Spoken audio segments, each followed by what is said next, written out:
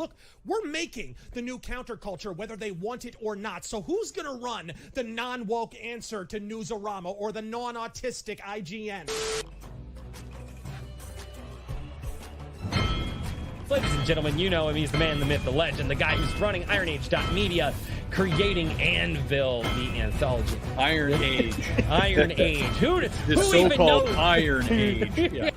My next co-host, the man who will absolutely make you change. And by making you change, what I mean by that is he is going to help you change from having that story in your head to putting it on paper and putting it into people's hands. And this is the man, the myth, the legend, Daniel P. Riley of whimsyland.org. Number one Iron Age Booty Daddy. Ladies and gentlemen, my name is Royce. Welcome back to A Drink with Crazy. I am buying a goat. I love goat. We have a show this evening, or we don't, and it all stops here. That's fine.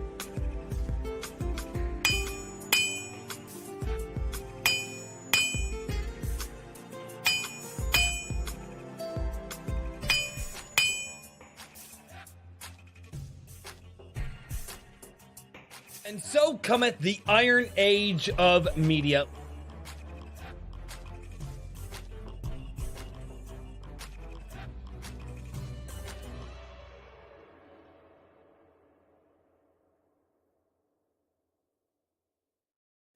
Ladies and gentlemen, welcome back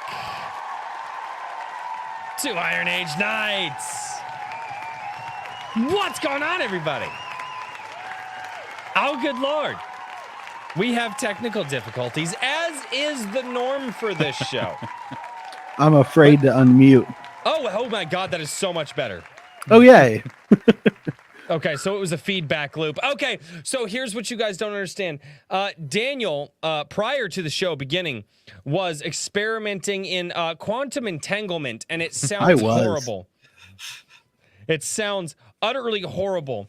When sound decides to touch other sound in a way that sound doesn't like, it's worse than what we see on Twitter. Anyway, ladies and gentlemen. Wibbly wobbly, sonicky wonicky.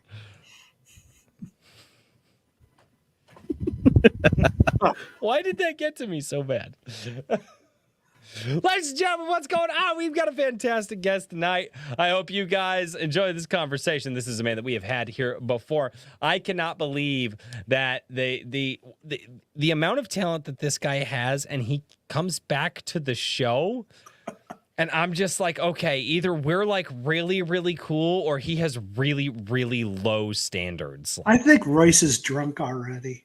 Or just how many White Claws have you had? I've not had any White Claws, good sir.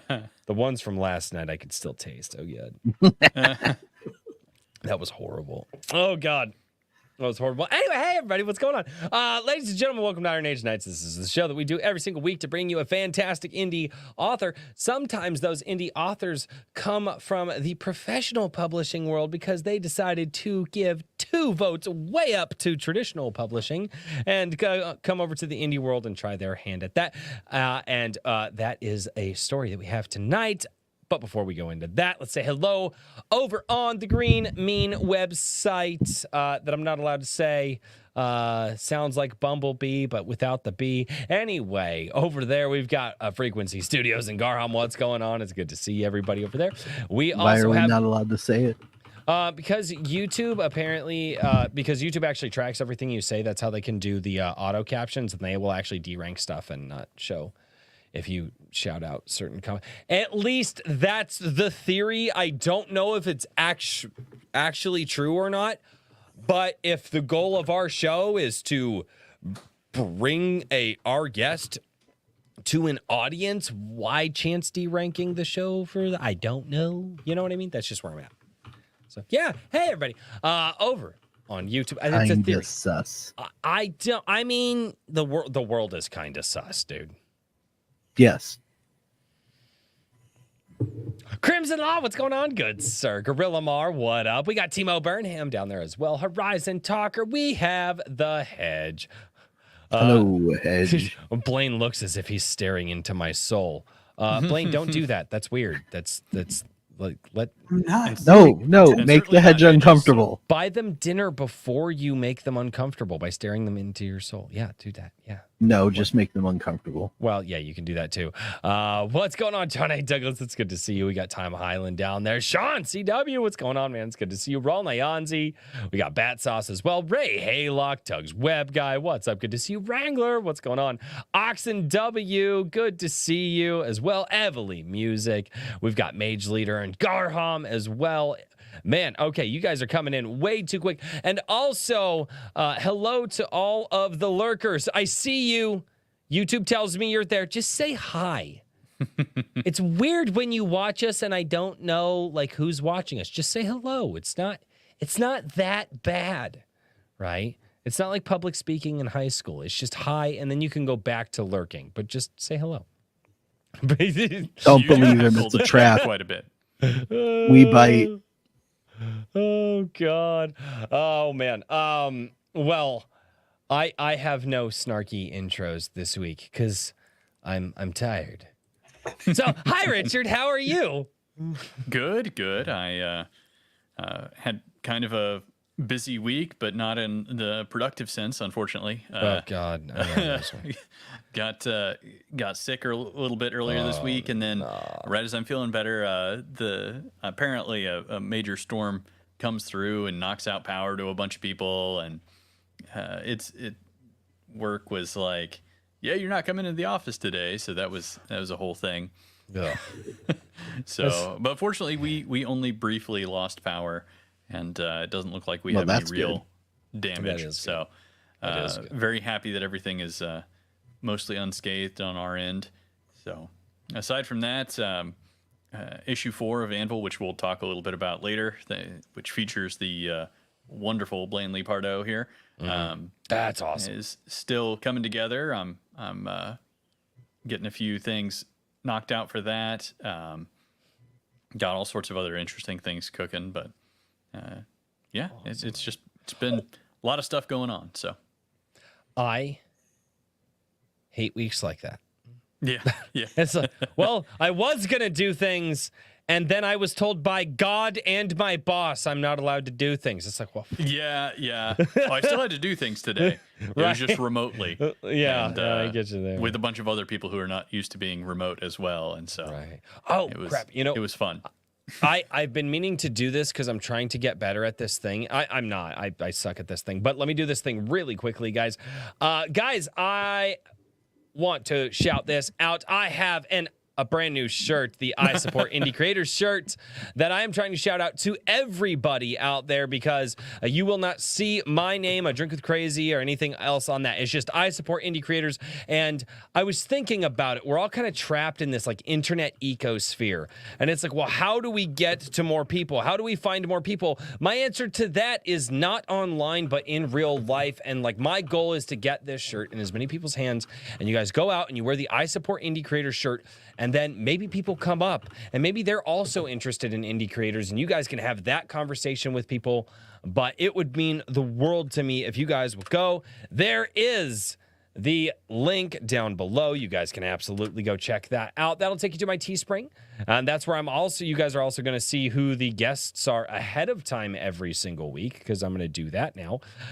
But you guys can also go there, purchase the shirts, and you guys can also go and you can do the direct donation link and send in messages that way, that's how we're super chatting now. So if you guys either want to make fun of me with the super chat, or if you guys want to send in a message to Blaine Pardoe asking questions, you guys can go to the direct dono link. It is through PayPal. So if you guys have a PayPal, you can do it that way.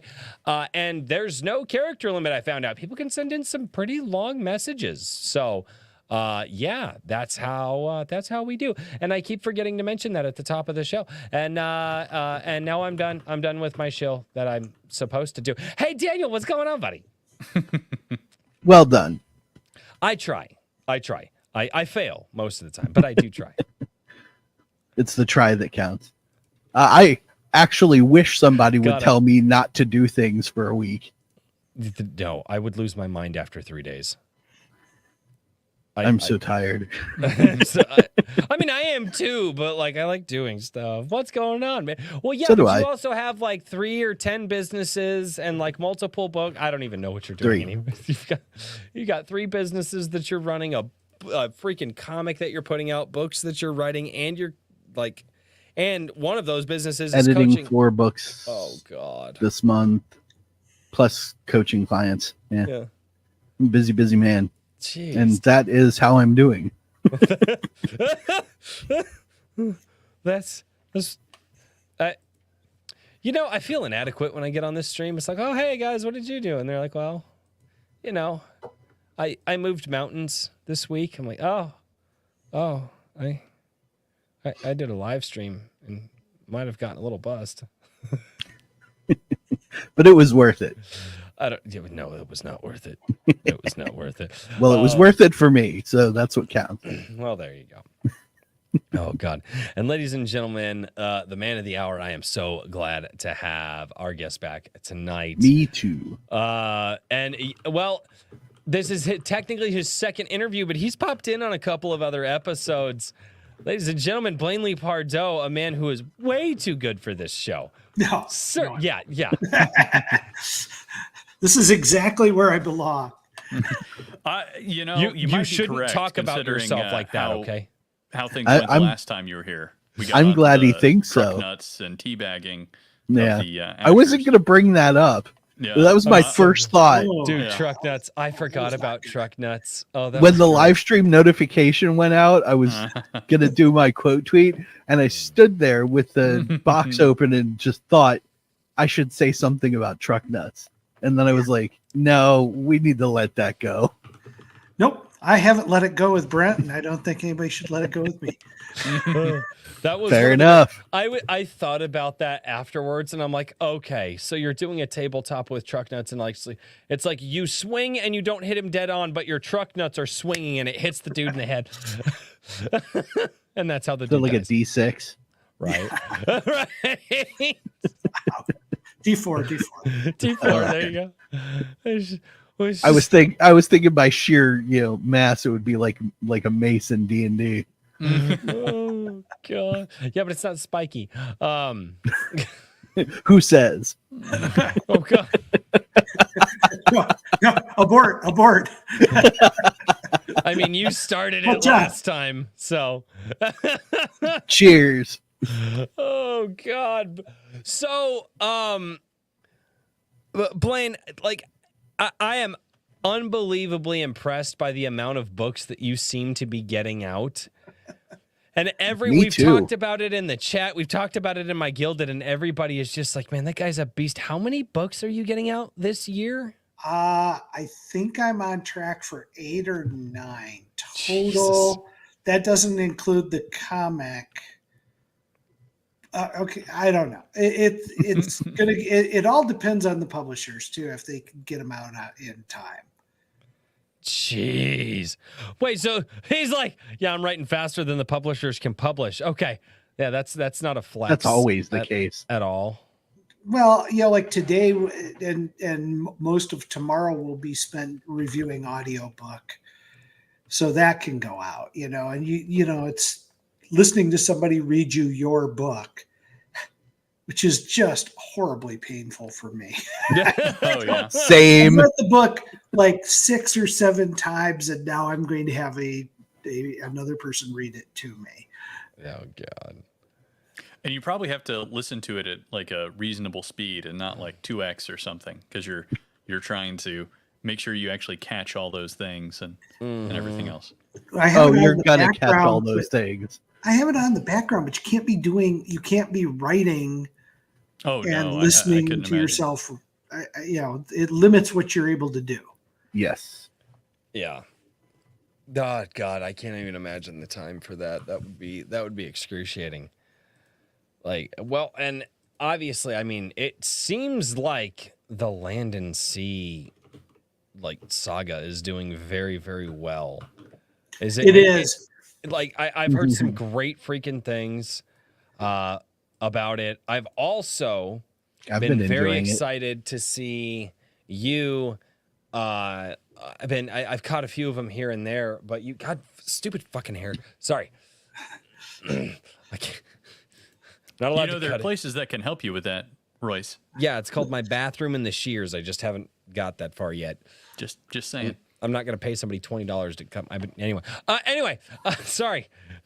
My wife was talking with me earlier today, and she was like, ADD and autism. That's what you have. I was like, yeah, there's a Venn diagram for that. It's just a circle at this point. Anyway, but the other thing that I've been really excited to see you do is you've also been interviewing, and you've been doing this for a while, but it's something that we didn't really talk about a lot last time. Is you've been interviewing a lot of indie creators as well. Oh, yeah. Kind of networking that way too. And I kind of wanted to ask you, like, obviously you're writing and all that, and you're doing book reviews and stuff, which some books like all of us were like, wait a minute, he reviewed Black Crown by John A. Douglas. Like, oh yeah. So you're definitely like full on into the scene of like promotion with indie creators, reading their books and stuff like that. On top of that, you're writing an insane amount of books, but like what made you go, okay, you know what? I'm going to dive all the way in headfirst into this indie world, and we're going to interview other people and read their books and review their books. Like what made you decide to just dive headfirst and just do it? Well, once I got booted from BattleTech, That's it becomes exactly kind of a matter of, what do I want to do with my life? And it's like, look, I want to write the stuff I want to write. I don't want a major publisher dictating to me, change the sex of this character so that you've got more females in the room. We're trying to appeal to a different base, make sure you include XYZ characters in here.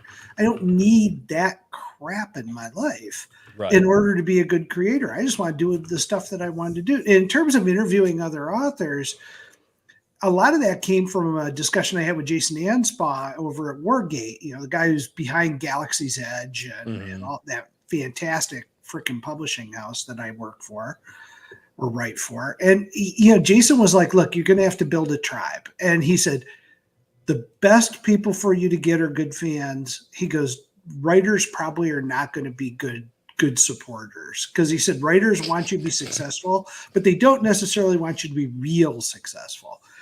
And it got me thinking, and I was like, how rude. Well, but he's like, there's always that's Twitter. That is Twitter right now.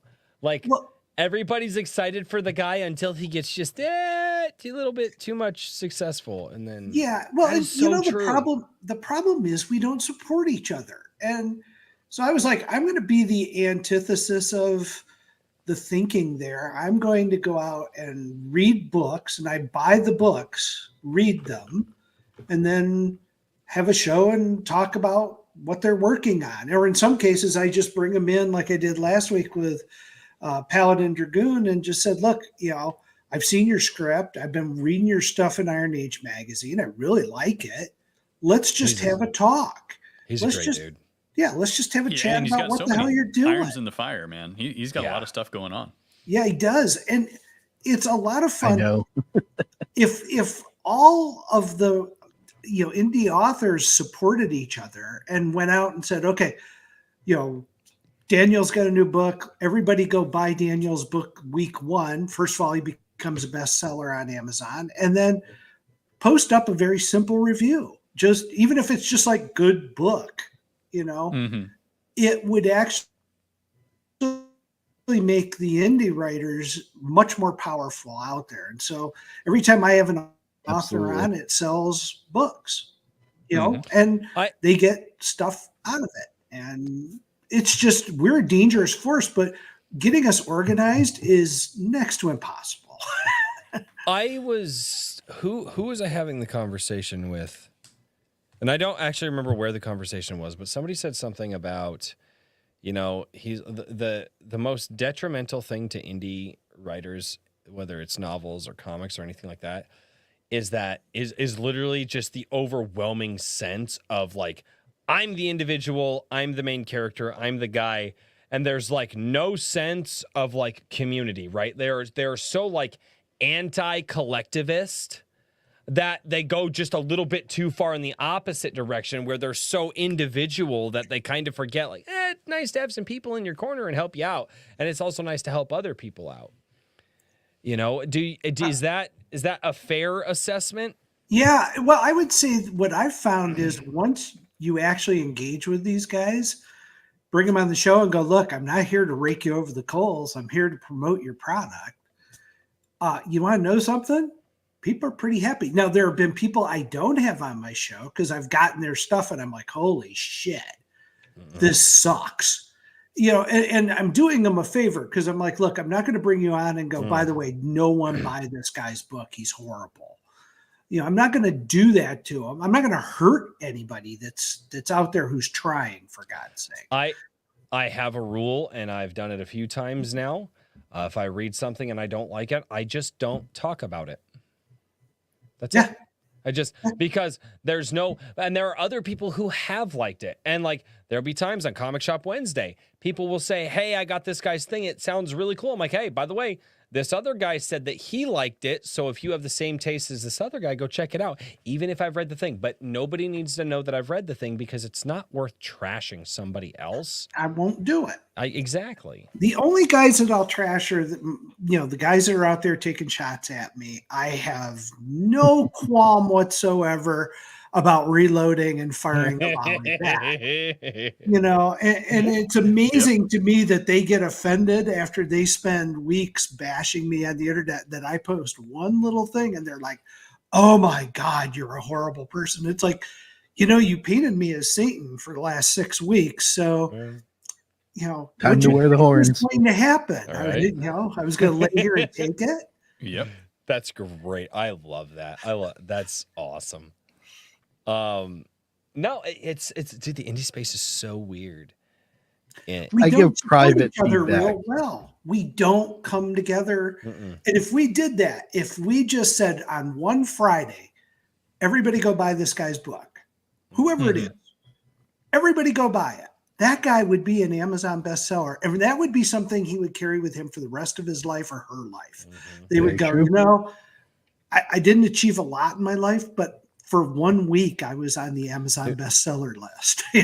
And people are so appreciative too. Yeah. Well, and Definitely.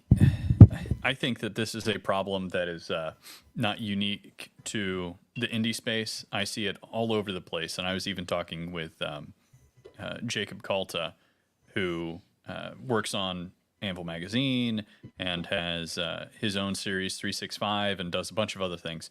Yeah. But yeah, that guy's insane. He and I were talking Just about as busy as I am. Yeah, I know. Well, there's just this tendency to, there is a lot of desire to kind of nitpick and,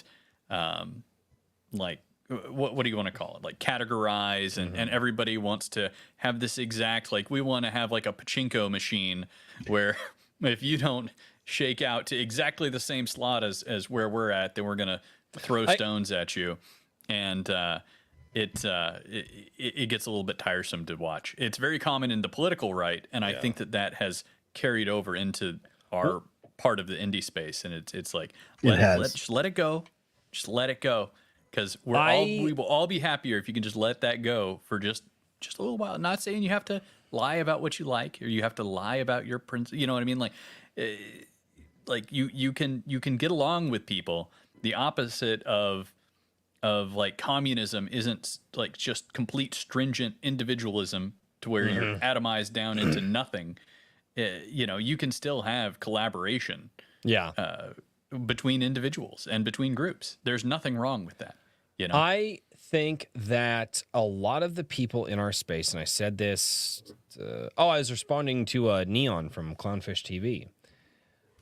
He was talking about everybody fighting each other and why is that? And I was like, dude, this indie space that we're in right now is just a collective of people who have been fighting the culture war for the last 10 years, and they are on a hair trigger for everything. And you don't just watch, that doesn't go away overnight. They have been, wound for sound and queued up for war, for this culture war for a decade.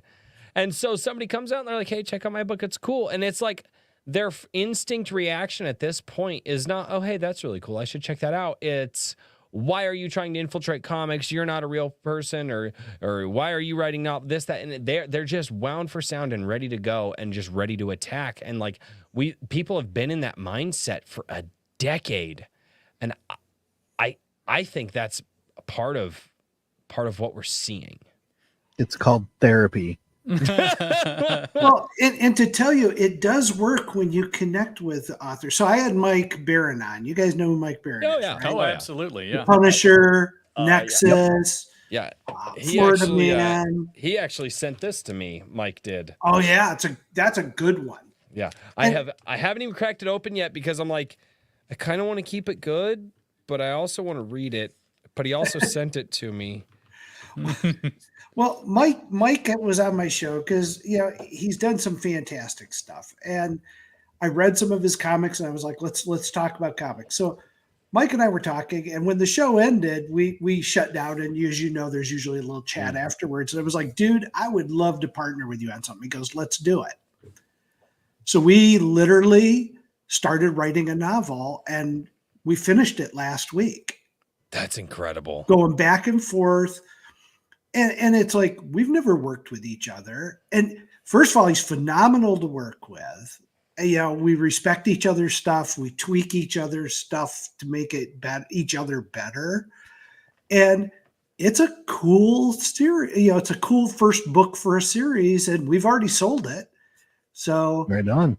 It's like, it does work to connect with these writers, and to if you find a good synergy, go do it. And I'm having a blast doing stuff like that. Well, and I mean, I don't know how closely you've paid attention. I know that you're aware of like the whole Warhammer 40K situation, right? But yeah, that was pretty great. I know, right? But there's a kind of a discussion going on with Sweet Baby Inc. Detected, which is this group that has identified a lot of these left-wing activists that are going into video games and making changes to various aspects of the game to make them more inclusive, or just basically put modern-day left-wing politics into them and try to make sure, like, fix the lore and things like that. And I think that there is a lot of space in the there's obviously been space in the tabletop for a while now, and there's getting to be a demand for like video games as well, where it's like, no, the lore is the lore. Just, you know what I mean? We have a story. We're actually trying to write a competent story. There's a game that I was really excited about, Homeworld 3, that just came out that, looks like they botched the central campaign. That looked interesting to me, but I was kind of held back. It's an excellent series, but the latest story is just kind of like this half-baked nonsense, unfortunately. And it has female protagonist, female antagonist, which by itself is not really any kind of problem, but there's a lot of tells there.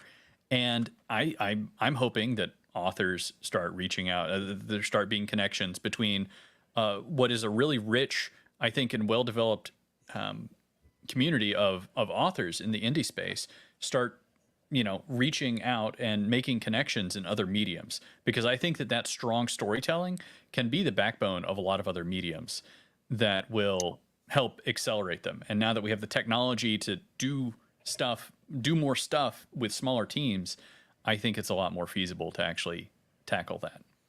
Agreed. I think so. Mm-hmm. Yeah. So on that note, Blaine, when is the I mean, you've got the books, you've got a killer looking graphic novel funding right now. We'll talk about that in a second, but when video game, when tabletop? I know you got the tabletop. Now we just got to get the video game too. Well, we've actually been in talks with a video game company. And awesome. Yes. I'm so glad to hear that. Okay. Well, this is early stage stuff. Yeah. And they've sent us over. They want to do a trailer of it to shop it around to see if they can get financial interest in doing it. Mm-hmm. So I've seen the storyboards for the little trailer. I like it. Mm-hmm. What it's kind of game? well, that's the thing. It's set up like a movie trailer more than the gameplay itself. Mm-hmm. So that allows them to go a different wherever the money wants to go. That's the direction they'll go. Oh, They It's a might do pitch video. Titanfall type if version. you had like your pick, like if you could design it from the ground up, which obviously you can't, but if you could, like, what would you do with? I want to be in the cockpit. I like first person shooter stuff. I want something like Helldiver with aliens and mecha. That's what I want. Oh man, I can only imagine how awesome that would be with the That for Land me and would Sea be series. fun, and that's where I would play all day long. Brent wants something like Mech Commander. You might even stuff do like a grand that. strategy for the entire planet. You know what I mean? Like your series. That's the thing, I want to say, I'd rather have the creative That would be people tell me great. that, hey, they looked at the trailer and this is where they want to go. Mhm. So we are doing that. The tabletop game, Fucking awesome. Brent seems to feel that the tabletop game Kickstarter will come in the fourth quarter. I think he's smoking a little weed. Everybody smokes a little weed I now. know, Stop being but so I think judgmental. Look, I can tell you that it's real because look, I've got miniatures. That's so good. Nice. I think honestly, like if you have a tabletop RPG, like I mean, you see how successful, and I think a lot of like spin-offs and knockoffs are going to come off, but I don't think it's a bad thing. But like, look at what Baldur's Gate was able to do with the 5th edition of D&D. But I mean, I think that there is merit to that. I think there are a lot of people out there that would love, and they don't have to be that high budget, but they could have, I mean, they take time to develop and, be lower budget. But I think stuff like that, like, just tabletop RPG, log online with your buddies and do a campaign with your buddies in the land and sea world. We've got an RPG that's tied into this. So you can create a character and put them on the battlefield. And that's cool. Okay. That's cool, but it's also very deadly. So we made character creation very simple and quick because let's be honest, these aliens squirt acid and other stuff that's pretty nasty. And we've been playtesting the game. I will tell you that a typical game session of a squad versus a similar unit with the aliens is playable in a half an hour. So That's you're not nice. doing That's quick. the battle tech. Gee, I'm going to carve out 8 hours today to fight a 13-minute battle. Right. It's a fast-paced thing, and it's designed to be fun. And it plays at multiple levels. So you have the RPG level. You have what we call the tabletop level, which is squad-based. Then there's the next level up where you can fight larger battles. It's almost like on a bolt action level where you can fight a full table. Bolt action's World War II miniatures.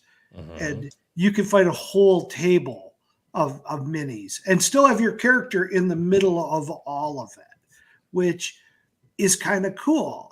But we've got to make sure the math works right so that the same game mechanics transfer all the way through at all 3 levels. And that's a little tricky right now. So, but we got a really smart guy, Eric Cruz, working on it. It's fun. I have enjoyed the play tests. And to me, I'm looking for, does it simulate what's in the books accurately? Does it play well? Is it fun? Is it your decisions that are driving results? There's nothing worse than just rolling dice, and boom. I didn't even think about that. How do you Okay, so mechanically talk to me about that. How do you make players' choices matter more than dice rolls and stuff like that? Like where do you even start with that? Well, what it really boils down to is the proper use of terrain and timing on when you spring your trap or when you launch your attack. Everything comes down to the actual sequence of events that you're going through, and you have a high degree of control of that in this game. So, but if you jump out into the street at the wrong time, well, you could lose half your squad. Yeah, that's fair. So, Yeah. it makes it interesting. And we took the board, we threw out all the basic rules of miniatures. We took the board and we broke it into 7 hex increments that are like this big. And you actually buy the terrain as part of your buying your unit force, and you build the map on the tabletop with die cut, chunks of terrain. And so that allows you to, am I going to spend more money to buy advantageous terrain, which gives me less money or less points to buy guys and weapons? Or am I going to load up on the weapons and roll, take my chances with whatever the terrain is? More DACA. Yeah. I was gonna say Zerg Rush, just Zerg Rush. That's go It's with that. It's a cool system, but there's a lot of moving parts and components, and it's been a lot of fun though. It's really good. Sounds fun. Yeah. Dude, you've got so much going on. I don't know where to go. Dude, somebody else ask a question because my brain, I'm like, I want to. So many questions. I will answer whatever you guys throw out. I want to. Don't open that door. Oh no. From there and go. Look, we went into brass testicles last time. No. They were called truck nuts. Don't try to use your fancy highfalutin novelist language here. They were called truck nuts. All right. So. Which Richard's the one that said it too? Was I? Yeah, I guess I was. It was you that said truck nuts. Because he tried to use his highfalutin novelist language on us, and you were like, "You mean truck nuts?" Sorry. Anyway, on that note, you do have this excellent series that is, or not series, but graphic novel that's up on Indiegogo right now is funding. Yeah. And you guys are like blowing it out of the water. I haven't checked the total. You're above 13K right now. I think so. Yeah. So let me Very nice. Drop links That's in chat. freaking awesome. But can tell us about it. For anybody who somehow hasn't, I mean, listen, I love everything that you do. I love Land and Sea, and I love awesome art. So I'm like already here. But just give us the rundown for anybody who isn't already the focused part in on that's this. fun with this is, let's say you haven't read any of the novels. You don't need to. You can jump in with the graphic novel. So I'll start with that. If you've read the novels, we made a lot of references to Hawaii, and that Hawaii had gone off the grid early in the fighting. Nobody knew what was going on. We sent a relief task force in. They get sunk. But nobody really knows what the hell's been going on in Hawaii. That was all done very deliberately. I mean, 6 years ago, when we started Land and Sea, I said, for the graphic novels, we need to carve out a little place where the guys who do our graphic novels can play, that we will tie it into our universe, but we're not going to, it's a sandbox for a lot of cool stuff that can be done. So we had this set up 6 years ago when we started this journey. Jeez. We were going to open this up. And so what this is it's a whole new story of the Land and Sea universe. And it really starts at the very beginning of the invasion. And it's just phenomenal because it's everybody trapped on Hawaii. And Hawaii is attacked by the aliens from the sea. The relief force is sunk. And I mean, these guys are forced to fend for themselves. And there's a lot of what I would call the Walking Dead kind of vibe to this.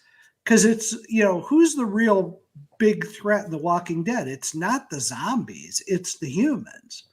Other people. Yeah. Other people. And if you're trapped on an island that has limited resources, no power, and everybody's going to be wanting food, and there's been in this alien attack, and there's panic and chaos, it's going to be a real cool pressure cooker for some really fun situations. And for us, it's just been a blast because we had this on deck for a while. The last year or so, we've been working with Scott, who took the basic framework I had for the story and said, this is what we think is going on there. and he really blew it out and just knocked it out of the park. And we have been having an absolute blast with this. It's just been fun. Well, the Good. artwork looks great. That's awesome. I mean, I feel like there's so many people out there who are, like they're trying to do this or trying to do that. But I think that one of the things that I really have enjoyed about the Land and Sea series is that it's just exploring a lot of really interesting ideas and a lot of fun stuff in terms of cool concepts. Now, a lot of the content of the books is not always fun. You know what I mean? There's definitely awesome moments, but there's some pretty grim stuff as well. But this absolutely looks amazing, and this definitely looks like a good time. We've been having a good time with it. It's fun. It's a neat story. We're coming up on the threshold. We're going to add more pages to the graphic novel. The plan is to do this as like a 3 to 6 novel arc overall, but this graphic novel will completely stand alone. But there's a broader arc here, and that's what's fun. I always call this one. I love this cover. Tam did this one. It's just so cool. That looks great. Actually, DCC in the chat's checking it out right now. He said cover B is his favorite. Just hands down, he's loving it. Brent had one. I like A. I like cover A. Cover A with the vibrant colors and the way that it I really liked that one. We were joking around because Brent did a cover and it was only available the first 48 hours. They may bring it back, and I did this one. 1 second, let me blow you up, good sir. This looks. There we go. I want that one. Yeah, I know. And Scott's like, okay, best one out of the bunch. That's the best one. If we hit the 50,000 level, he goes, we're going to make that one available. We need, okay, chat, get in on this. We need that cover. Go. It really was fun. I like this cover, the cover C, because one of the fans said, oh, look, it's Santa Claus and Gina Carano. Oh, my God, that looks like Gina Carano. It's Gina Carano and Santa Claus. And it reminded him of the movie Scrooge, the night the reindeer died. Remember with Lee Majors and Scrooge? That they were. Oh, my God. Santa, don't you worry, Santa. Okay, so when live action movie or short film, when live action? I don't know about that right now. You got to see. You got to bear in mind. The problem I have with that, and I'll be very blunt on 2 fronts with you on this. Yeah. One, Brett and I tend to be a conservative people. We're conservatives, and Hollywood hates conservatives. Okay, 1, just start with that basic premise. 2, when you're dealing, and I'm involved with a couple of TV shows that have nothing to do with this stuff right now, and I will tell you the money determines what the script is, what the flow is, what the characters are. You can't go, look, I have complete creative control, because they're like, look, I'm spending $12 million. I get the big say in this. I have seen fans build entire Gundam suits that are tall as hell. I bet you could get some of your fans to build Gundam suits, or to build suits, to build mech suits to walk around in, and you guys could just use some tricky camera angles and make it look like a hell of a fight. We've got a better idea than that. Go the kaiju route. All right. What a better idea than what? Go for it. Let's go. Okay. Let's go. Kevin, who works for us, if you've been to like Gen Con, you've probably seen the giant, awesome battle mech that's there. Mm-hmm. It's like 10 feet tall. So I talked to Kevin and Brett, and we came up with this idea that we're going to build an usher for our booth when we launch the game. That you will be able, it's going to be just the front half of it. Uh-huh. You'll be able to go on the backside, take some steps up, and climb into the cockpit. So you could get your picture taken in the cockpit of an usher. Nice. Gotta tell you, nuts. That you tell me there's not going to be a line of people. Oh, yeah, that's an excellent idea. So we've been putzing with that, and Kevin wants to make it way too interactive at this point, but He came up with a way to do a digital display alongside so you could put in your name and your Osher insignia up on the side of the. And I was like, dude, you're going to have guys coming up with goofy call sign names like truck nuts and stuff that they're going to put that up there, and it's just going to. But can I hang truck nuts on the thing and then go get my picture taken inside? I know. I'm counting on that happening. I hope to hell that happens. I need somebody to make, and then everybody's like looking at all the pictures online, and they're like, "Oh yeah, there's my picture," and they swipe forward, and they're like, "Wait a minute, did that guy hang truck nuts?" Sorry. Look, guys, this is just a fun comic book. It's a graphic novel, but it's fun, and it's, as you can see, it's brilliantly colored, and how many good graphic novels have come out that are mecha based or not many. I haven't seen any, and this ties in perfect. One or two, but that's about I've seen it. one. Actually, I think I've seen two, but it was a while ago. Yeah, that's the Honey Badger. There was one this last week that we were checking out. It was not mecha based, but did have mechs in it, and it was one of the top two of the night. Chat, Comic Shop Wednesday. What were the top two of the night? It was battle something, but it had mechs in it, but it was not mecha based. So, but yeah, that would be the closest one that I've seen recently. I mean, this has been a real treat for me. When I was a kid, I always dreamed I'd be doing a comic book at some point. I'm 61 years old, and I've got my name on the front of a comic book. I couldn't be happier. I'm like 8 years old with this. That's awesome. But Soul Striker, I think it was Soul Striker that had mechas in it. Ron Leonzi's got my back. That a phenomenal looking project, by the way. Holy crap. But Razor Fist was talking about this. He's like, mechs, geez, nobody's gone out and done this. Mm-hmm. I'm like, yeah, we're he's been saying that for a while.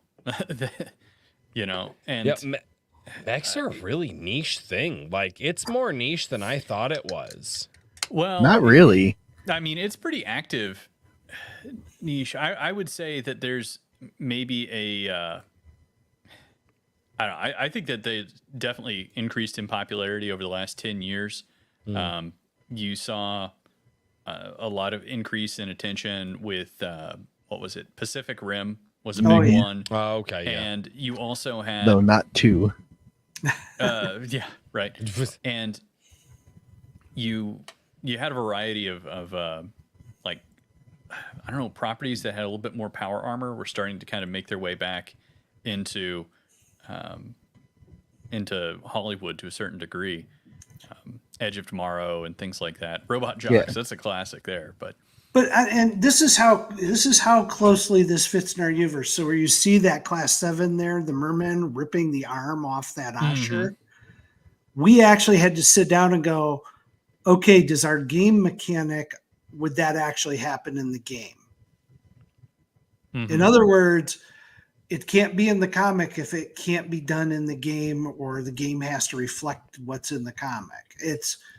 You mean I've heard of this. It's called continuity. Yeah, right. No. Oh. What is this thing you speak of? I maybe I'm wrong. I thought I heard the word once. Once upon a time.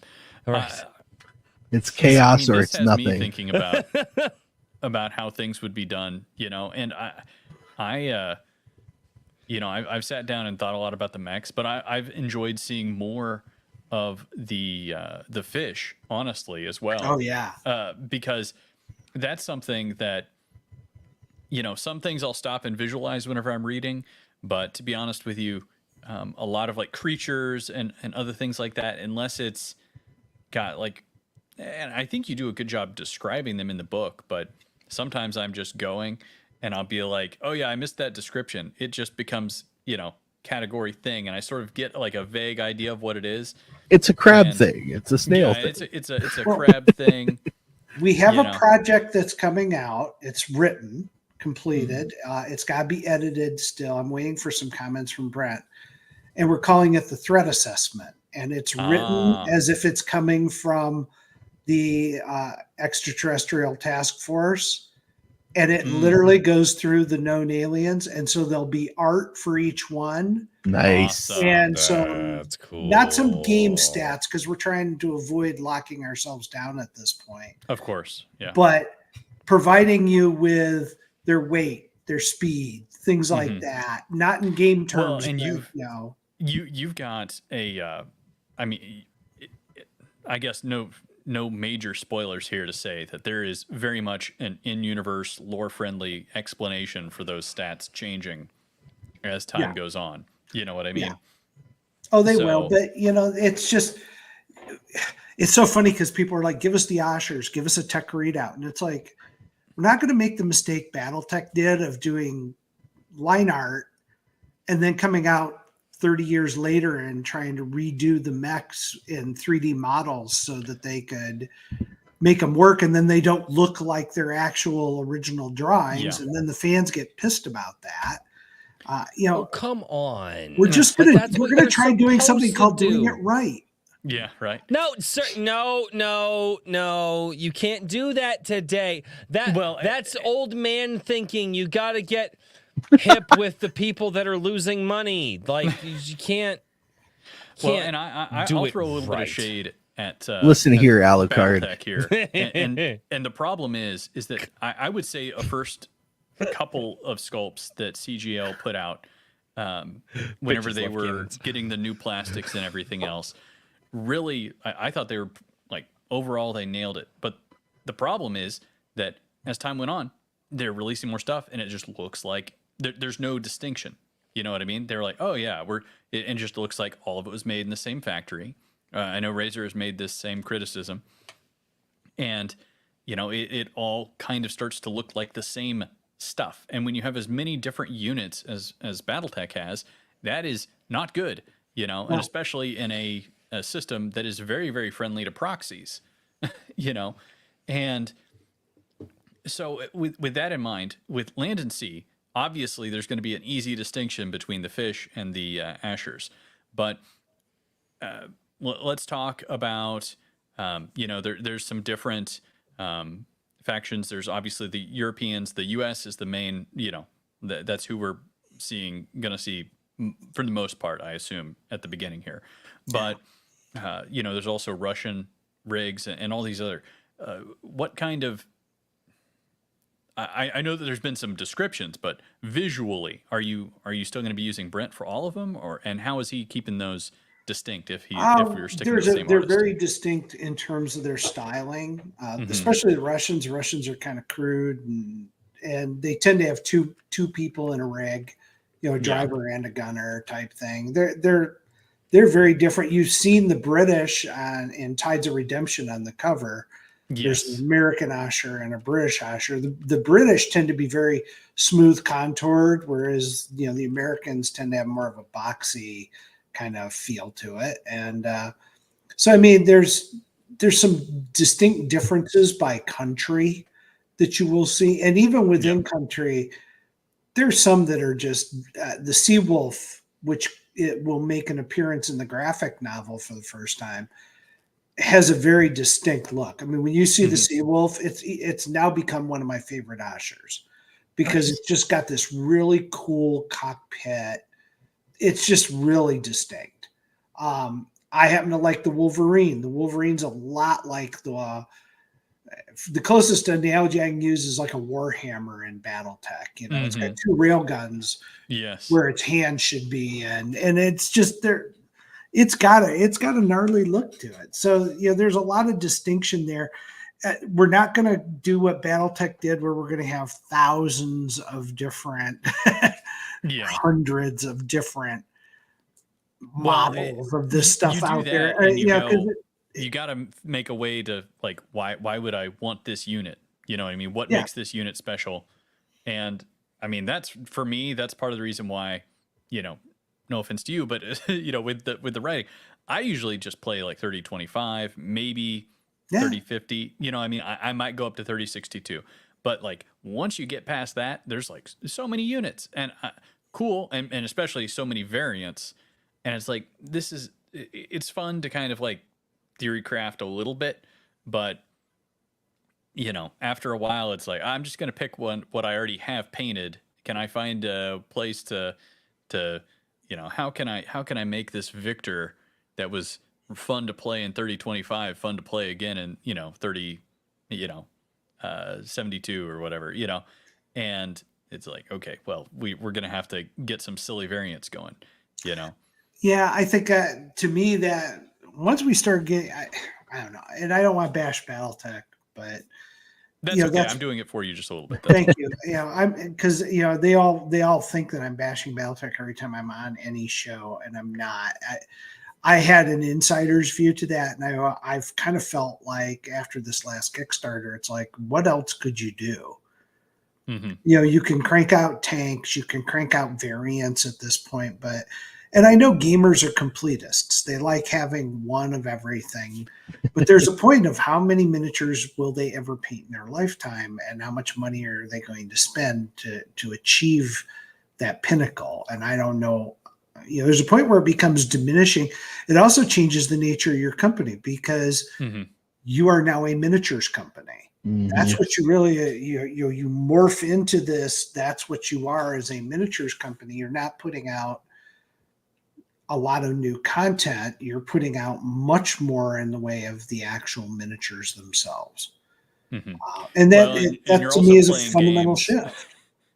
You know, you're kind of getting into a space where there's a certain Leviathan that has been doing that better than anybody else for several decades. And while you can kind of nip at their heels for a bit, might not work out long term. I see Raul Nyanzi has a good question. And this is for this is my problem with being familiar with the series. According to the latest canon, so most recent release, what's your latest book release? Tides of Redemption was the latest. Is it still Tides of Redemption? Okay. Yeah. Okay. I never know with you. You seem to put out so many books. Well, we're actually giving our narrator time to catch up. Yes, I remember. So that when we release the next book, it'll be an audiobook, ebook, and hardcover and paperback. So. You'll catch them all at the same time. Yeah. But anyway, his question is, according to the latest canon, how long has the alien war been happening? Hasn't been going on long enough that there's a generation of teenagers who have only known the war.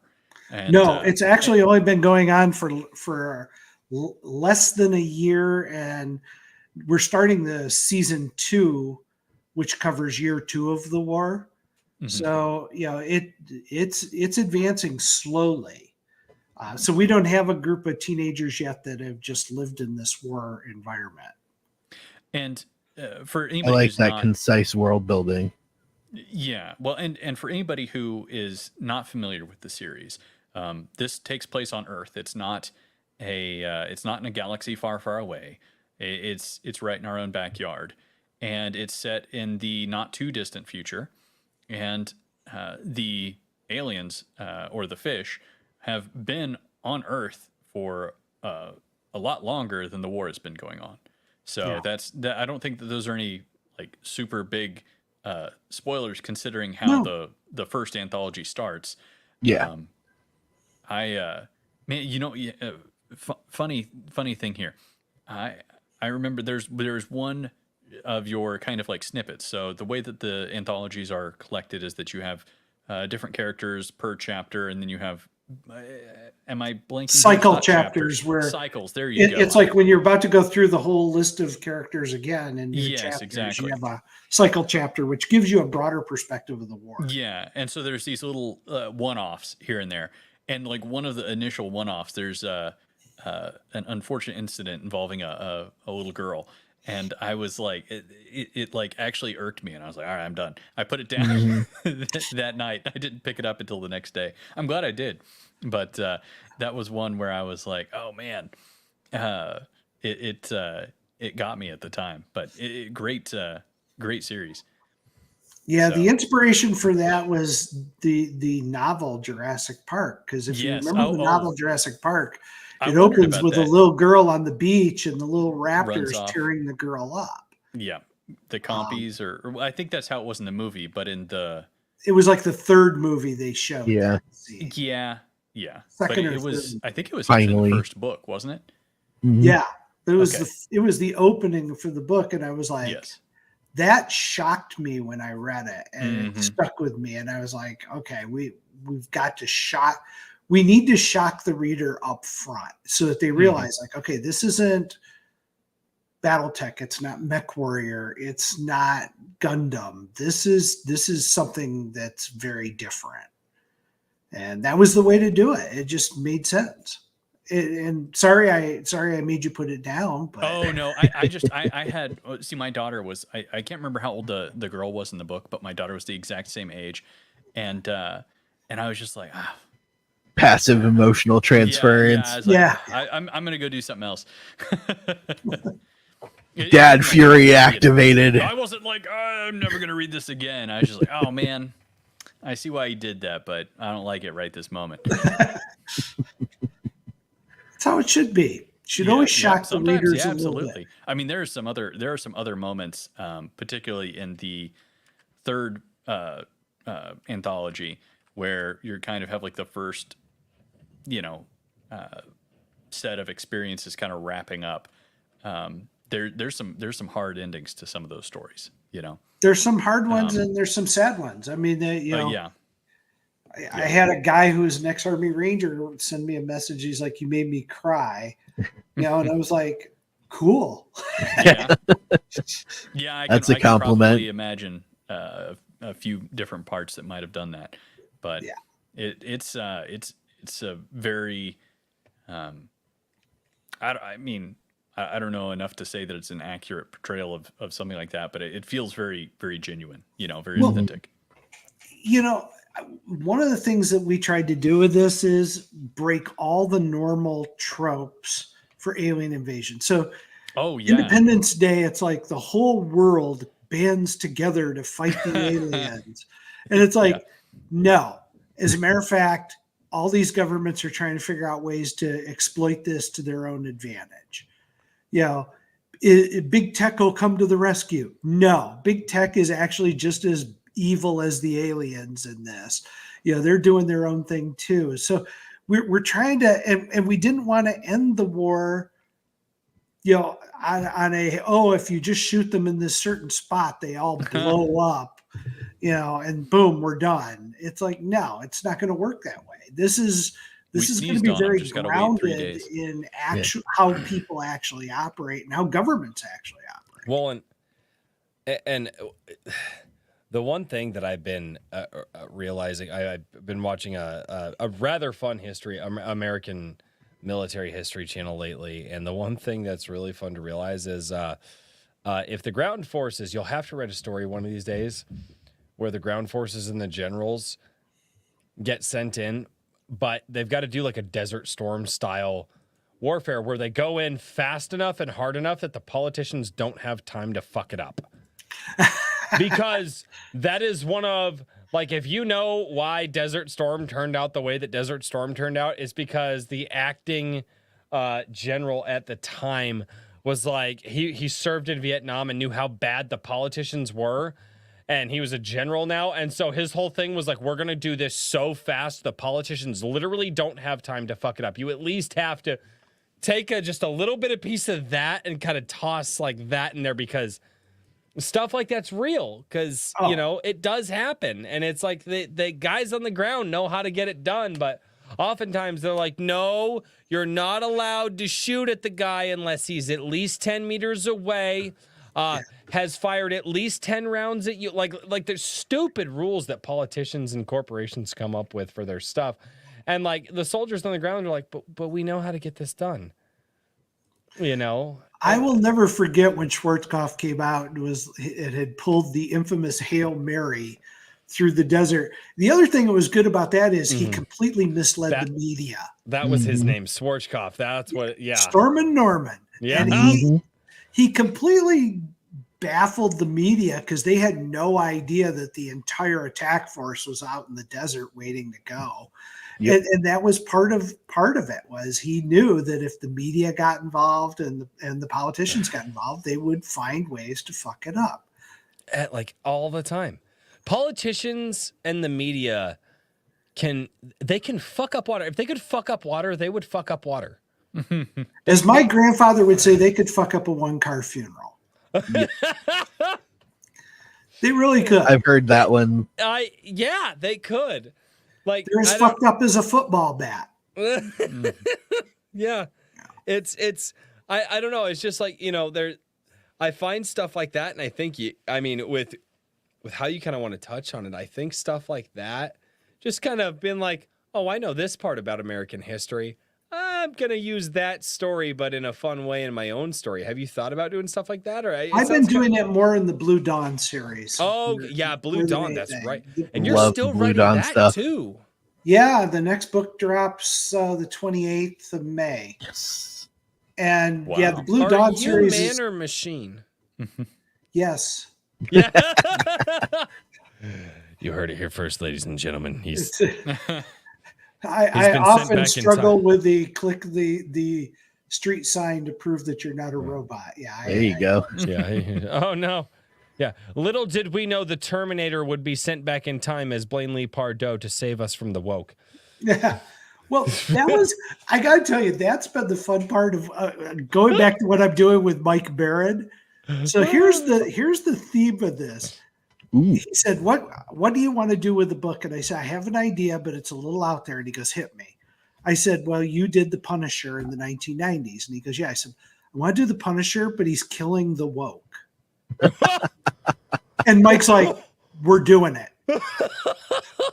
That's our, and I am clipping this. I am telling you that what Mike and I have put together is like almost an homage to the Mac Bolan Executioner, the Punisher, the Equalizer.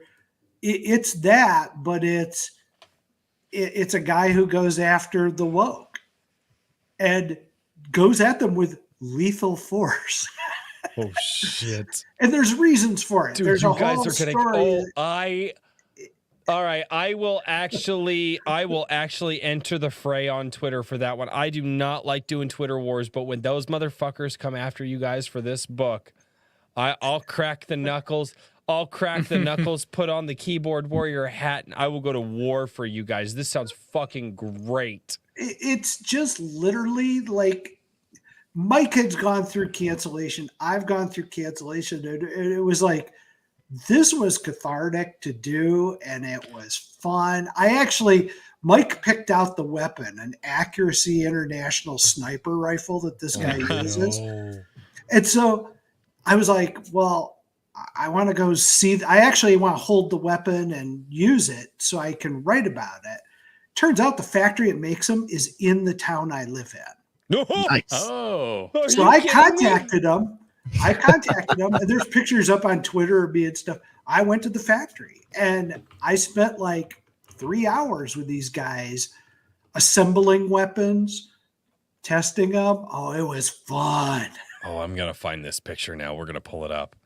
I'm looking forward to the friendly competition now because I've been working on a similar concept for the darker side of my Legacy of Heroes stuff. No, is that the gun? Oh, I might know this gun. I've seen that. I think I've seen this. If it's the right one, is that it? The AWM. The ASKR. Oh, is that That's the one you're it. Yeah. Yeah. That's well played, good sir. That's fucking cool. My job. Okay, are there going to be any illustrations, or are there going to be any illustrations in the book at all? Like, I mean, obviously it's not a comic Mike book. Barron. Well, no, but Mike doesn't draw. But we haven't talked about the cover. I have a vision for the cover. You know how if you ever saw the old Executioner novels, they always had Mac Bolan with a gun, Mm-hmm. in the corner, and I want that, but that gun. That's awesome. That gun was heavy as hell, but it was such a beautiful piece of work. Yeah, that's fun. And I got John Spears, who's a writer for Wargate, teaches snipers to shoot. like professional sniper teams. He also trains the military. He goes to the school and trains them. So I was like, dude, what scope do I need for this? John sent me like 8 pages of stats. This is how you have to trick this gun out. And he's like, have you got it? Did you buy one? Because if you did, I want you to come out and we'll go shoot. You know, it's like, but this is how that network of authors. I interviewed John Spears early on. He's got a great series, by the way. That's awesome. It's a take back to John Carter of Mars, but with United States Rangers going in. And it's just a great series. That's awesome. But you meet these guys, and it turns out, like, you know, here's a guy who teaches snipers professionally. So I reached out to him, was like, tell me how to do this. Tell me how I make this so that it's actually accurate. That's freaking cool. Love it. I you know what I think? To me, it's one of these things where it's like, once you start getting into the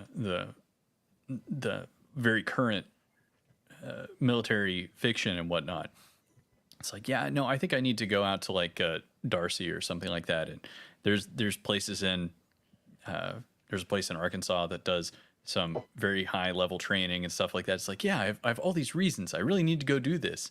Yeah, it's a business expense. I need to figure out a way to write this off. Okay, I can tell you what I did last year. I went to Best Ranger competition for a week.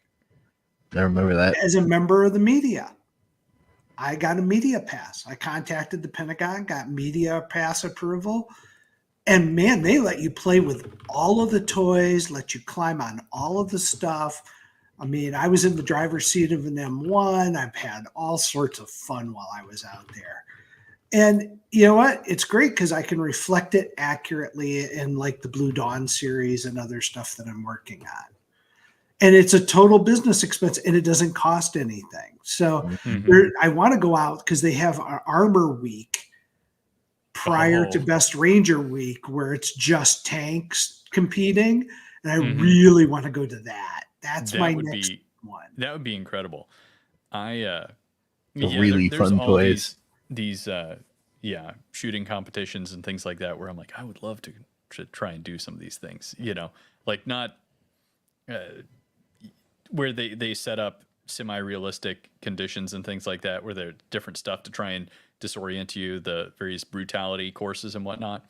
And I've always been like, if I get enough time, if I'm ever able to like quit the day job, you know, and do this full time and then have the time to practice and get in shape, then I'm definitely doing that, you know. Well, I got to tell you, I just tried to follow them on the first day going between the obstacle courses. Oh, yeah. And I mean, they're in full gear and I'm running behind them. Well, I'm crawling behind them.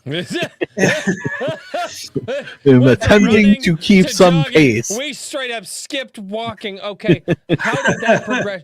So what's the timeline here between running, jogging, and then we're just on the knee, just about 3 milliseconds. Oh, fuck me sideways. It was like step. Okay, that's right. That's just, yeah. But it was, it was a real treat to, these guys are out there just, and I mean, they're going literally 20-hour days during this. They go into the night and into the early morning doing stuff. So it's a blast. I recommend, and I will tell you, it could be the greatest television show because it's a competition based solely on their military skills.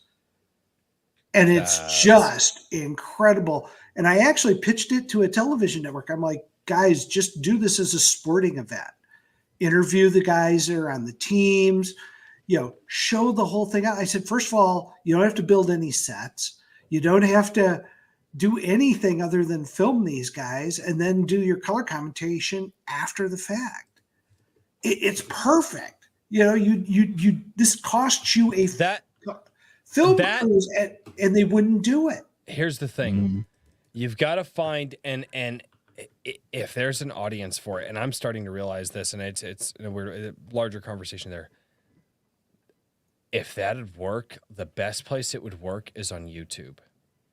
Because people who have a hunger for that stuff, they'd see it and they would go, I want this. And they would eat it up. Oh yeah. Like, Well, if you look at kind of the competitions that I was just talking about, who's putting them on these days?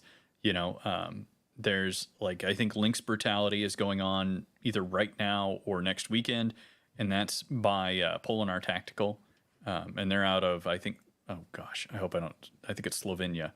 And I don't know where it's taking place, if it's in Slovenia or somewhere else.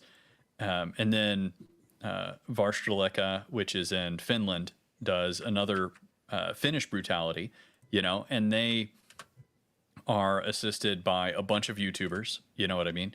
And then the In Range TV guys have done, you know, an American, I think they did like a Sonoran Brutality or something to that effect, you know? Cool. And so it's this whole series where, you know, you're, you know, the Finnish Brutality, like they lean into their own things. Like one of the courses is that you jump out of a sauna, optionally totally naked, but at most in underwear, and grab a pistol and go do the pistol course. You know what I mean?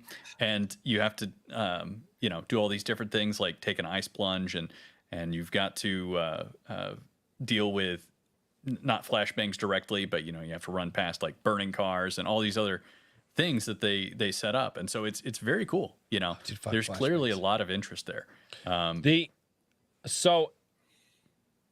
And I thank God I've never experienced a flashbang, but the closest that I've ever come, because I got into airsoft and I fucking love it. And everybody who goes to like airsoft and like milsims, like they're all trying to find like something that makes the event like kind of closer to an actual battle, right? It's more like battle sim. Dude, they ended up, and I'll have to find them again, but there are these grenades, and they can either take 9mm primers, and you put them in there, and you throw them in there like small flashbangs, or they take shotgun primers. And I am here to tell you that when you are in a 10x10 solid room, and a shotgun primer goes off in your ear as the flashbang, like that rings your bell enough. I cannot imagine the real thing. I legit, like, I'm not trying to be like, oh, I've done something. No, I've done nothing similar. I've done something that was fun where we were going out, and I think we were playing like capture the flag or like hold the fort or whatever the fuck it was, or I can't even remember what it was. It's like me and like two other dudes had to hold a building, and like 20 dudes like ran in and tried to shoot us, and that sucked. And then they threw in a bang and boom, and we were like, meep, and I was like, that's very loud in this very small space. I can't even imagine. Welcome to tinnitus.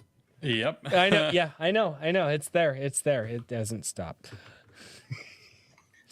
I just sent you in Twitter a video, Royce, of this is how close I was in this competition. Private message, or did you tag me? I sent a private message in Twitter. There we go. It's probably still loading. Oh, okay. Okay. No, that's fine. It scared me. I was like, oh, damn it. I'm out of beer. It's trying, and it's up. Hey, there it is. Okay. So let's. Oh, yeah. This. Oh, okay. I'm down for this. This looks really freaking cool. Oh, Royce is out of beer. Oh, you have activated my tism. I love shit like this. This is not good. This is writing research, man. Are you okay if I show our DMs? Because I kind of have to. Yeah. I have no other choice but to show our DMs at this point. Oh, it won't. Really? StreamYard? It won't blow it up. Royce, the StreamYard said no. Yeah, no joy. Got to download it? That might work better if you can. You might get off this page, go to the messages tab so it's not in the pop-up on the right. But you probably should get off do the technology thing. There we go. Do the technology. Messages. I hate it when crap doesn't work. It's just the tab that's over there. Okay, so all right. Let's see if this probably won't work. We need like a Royce Boomer timer. Like how got it. Fuck off. This is how close I was to this stuff. Oh, you dropped your mag, you fuck. Yep. No, drop down to a knee. What are you doing? That's gay as fuck. Roy's talking shit to. Son of a bitch. No, because I've actually done shit like this in airsoft, and that's not Yeah, what you would airsoft boy. do with that. I It's say the careful- same careful, fucking Royce. thing that they're doing. The Okay, I'm sorry. Only Like, cooler. no, not cooler. It's the same shit. There are people over here standing watching. Like, okay, look at this. Look at this. Right there. Look at how much of him is exposed right there. Whereas if he dropped to the knee, he could conceal more of his body around and peek the barricade there, so that way he's not literally showing half of his fucking body up above this. Look at that. We'll let the military know that you're available for a consulting. It's not fucking military, dude. It's just okay, let's just play a game of throwing rocks at each other, right? Like we'll do the barbecue. I got rocks at my house. I'll set up some barricades. I promise you, the first time a rock hits you, you're going to go, "Oh, I want less of me showing so a rock doesn't hit me." And you'll just move in a way that rock can't hit you. And then you'll try to figure out how to position yourself. It's the same fucking thing. The truth is, he just wanted to rest his arm on the barricade. I'm telling you, man. I didn't realize this was going to trigger you, Royce. I was going to say, Royce hasn't had a. He's having so, flashbacks to Airsoft War. No, it's so Hello, it's not, darkness, my old friend. So the thing with airsoft that I took seriously was Come to the talk with you again. ability to, and I actually ran with a lot of people who were in like law enforcement, ex-military, stuff like that. And even though it was just a fun game for us to do on the weekends, a lot of these guys would kind of teach me and pass down some of their knowledge to me, as well as people who worked in the firearms industry who constantly trained. And so it was like, well, I obviously I'm never going to be in a battle. I hope not. I'm like, but like, tell me what to do. Dudes would come up and like, I'd be like, just dumb airsoft. And like somebody who actually, dude, my elbow gets slapped. I'm like, ow, fuck. And that's how I learned. Don't chicken wing, right? We're not cooking fucking barbecue. Like, this could be a real situation one day. Put your fucking arm down, tuck in, and peek the corner. Make sure you've got your arm out. First stabilization. Hide as much as your body from that thing. Sorry. It's shit that I learned from people who did the dangerous shit. And yes, it was through airsoft, but also it was like, hey, I don't have to be learning this in a deadly situation. So that makes me happy. Sorry, I'm sorry. You activated my. I'm telling you, man, it is great to see stuff like that, because I love it. You got to remember, these guys got up at 5 a.m, did a 9-mile run with an 80-pound ruck on their shoulders. That's halfway there, and then switched it off to their teammate on the way back. They swam through a pond for a half mile, went on a 3-mile run, got through an obstacle course, climbed aboard a helicopter, was brought in somewhere. I've got another video of this. They rappelled down in there, came through, ran out, and did this shooting. So there's also this factor of exhaustion that starts kicking in with these guys, because it's like they are literally, there is no slowing down. There's no break in this. It's nuts. You start to realize very quickly when you do anything like this, how quickly fatigue sets in if you're not used to it. It's a lot. Like, that's, believe it or not, one reason that I'm like, yeah, go play paintball, go, anything that gets you out there, paintball, airsoft, anything that gets you out there moving. It doesn't matter what it is, exercise, because you never know when like that wind sprint stuff is going to be necessary. And like you're going to have to move, and then you're going to have to learn how to regulate your heartbeat, and you're going to have to move again. And it just keeps going like that. It's really exhausting. Well, one thing I learned, because I was doing this to really hone my military stuff, because I was at the time writing a Galaxy's Edge book, which will be out this year. But whoa, hold on. Yeah, I know. I got a lot going on. So I'm sorry. Guys, he's writing 10 books, 3 different series, a book with Mike Barron. Oh, by the way, a comic. Also developing a TTRPG. Oh, For- and I'm He's involved much with a faster TV than I show am. that I'm being filmed in June. Oh, so- Andy's doing a TV yeah. show. Andy's going to develop a video game. Get fucking good, chat.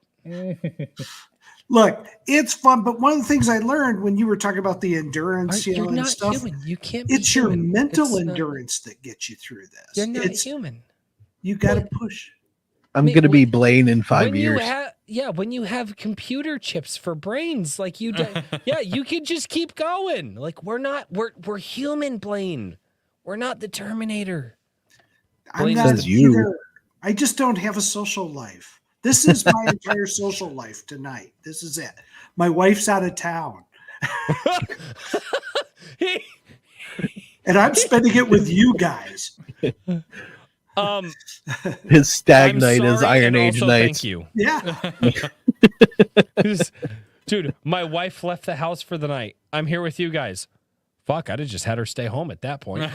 Cheers to that, sir. She went out to see my son out in the West Coast. Okay, there you go. Wait, where ballpark of the country are you? I'm in Fredericksburg, Virginia. Oh, okay.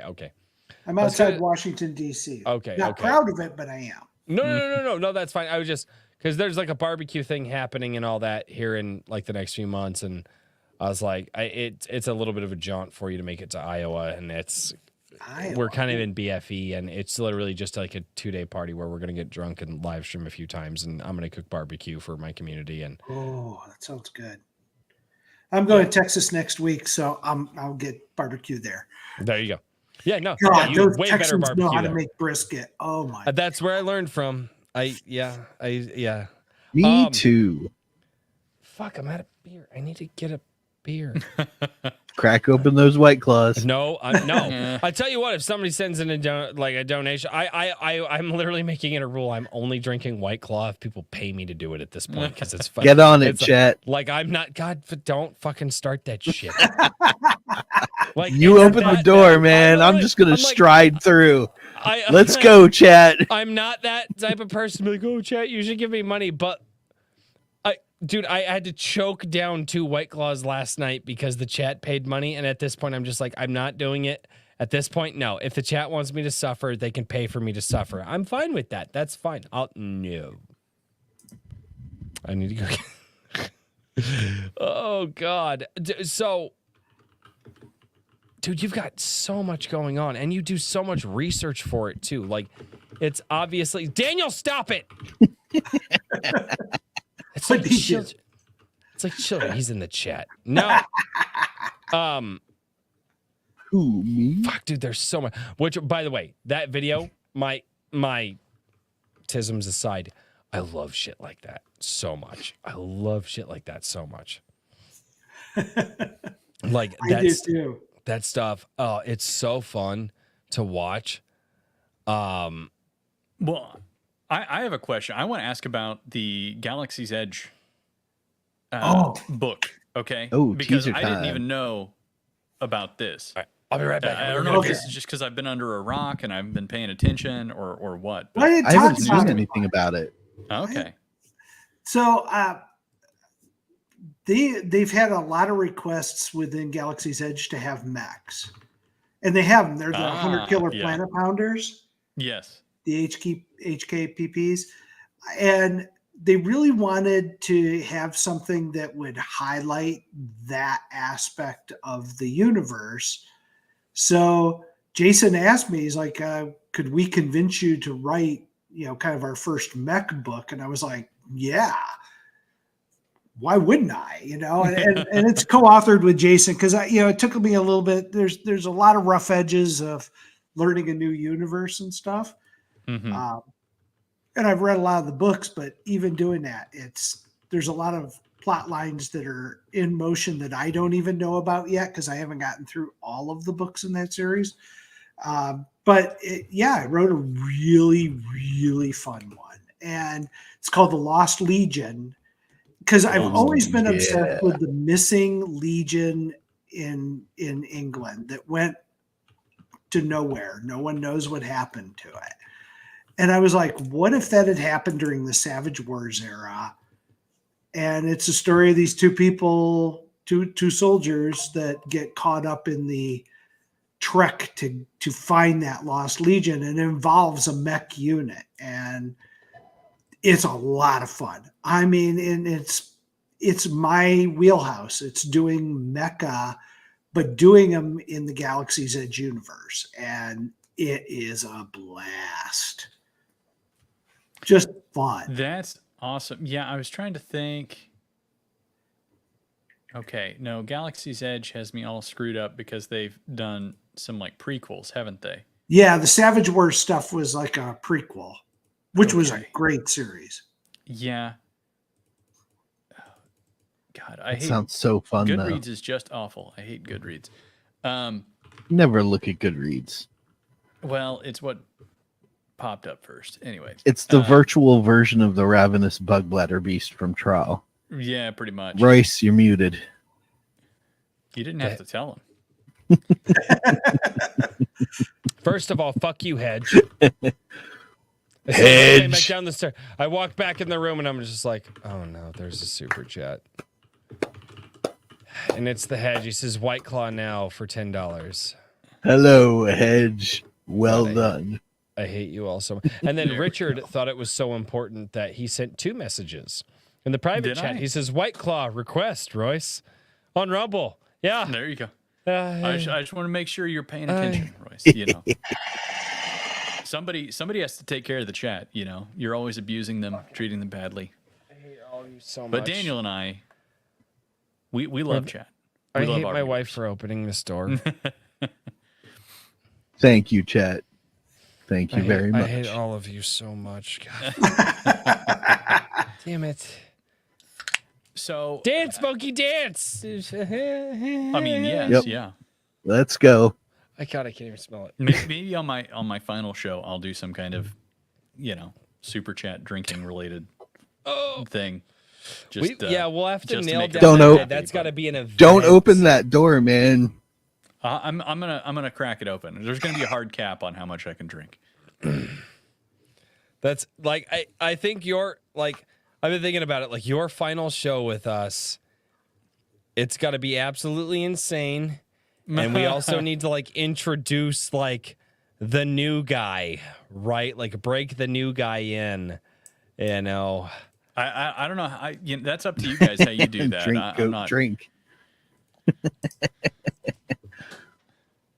Yeah, I mean, Terrible. you two things you did wrong there. One was talking about it live on the show, and 2 was telling me, because I'll just save up so I can drop $100 that night just to make Richard be giggly by the time he's ready to leave.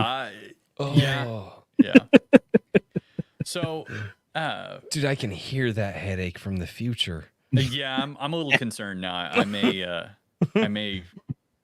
Mistakes were made. Yeah, I guess I can't completely walk it back, but I didn't say. Well, I guess I implied it'd be alcoholic. I don't know. I'm gonna actually have to drink. Oh, it's beer or going to something be like that. alcoholic if that.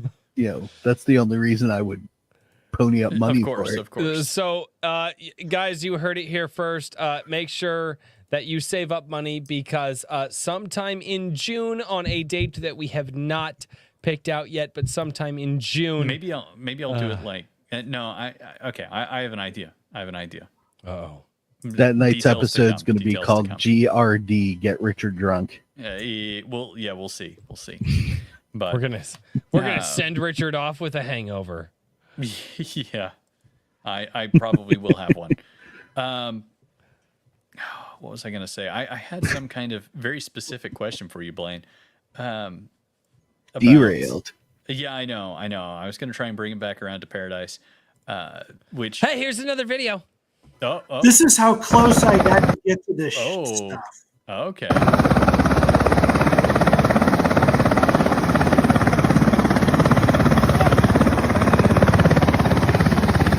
Yeah.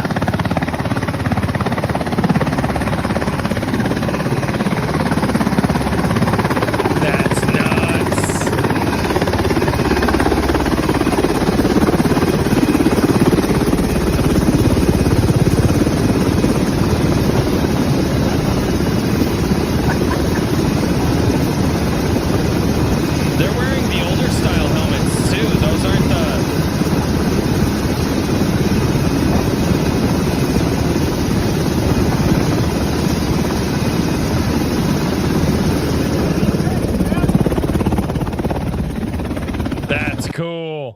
See, I sent that one, and then I sent the one of dropping the guys off on the top of the roof.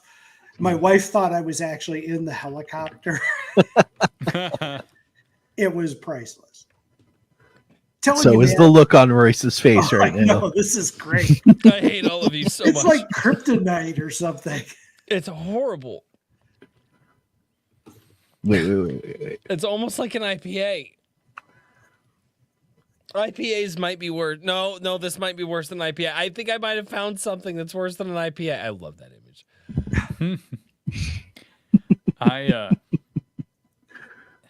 So I was going to ask, as far as the series goes, with the shorter arc, I guess, like what were you saying, like a 6-book arc for the graphic novels? Yeah, I think it's going to come out between 3 and 6. Okay, between 3 and 6. Okay, so with that in mind, are you planning on doing these like one a year, or do you have any kind of expectations? The hope is that we'll actually be doing 2 next year, 2 or 3 next year. Mm-hmm. That's the hope. That'd be awesome. Now that we've hit the stride, but we got to see, Scott's done some comics before. He did Door Kickers, and he's about to do Door Kickers 2 is about to drop in terms of delivery. Scott's Twitter. And so he's done really well with this. This is the first time he's done a different IP. So, we're everybody wonders, is it going to take off or isn't it? But I mean, we've been in it for a week and we're at 13,000. So looks like it's going to be pretty successful. Yes. That's fantastic. I mean, and it's still early in the game. So I'm having a good time.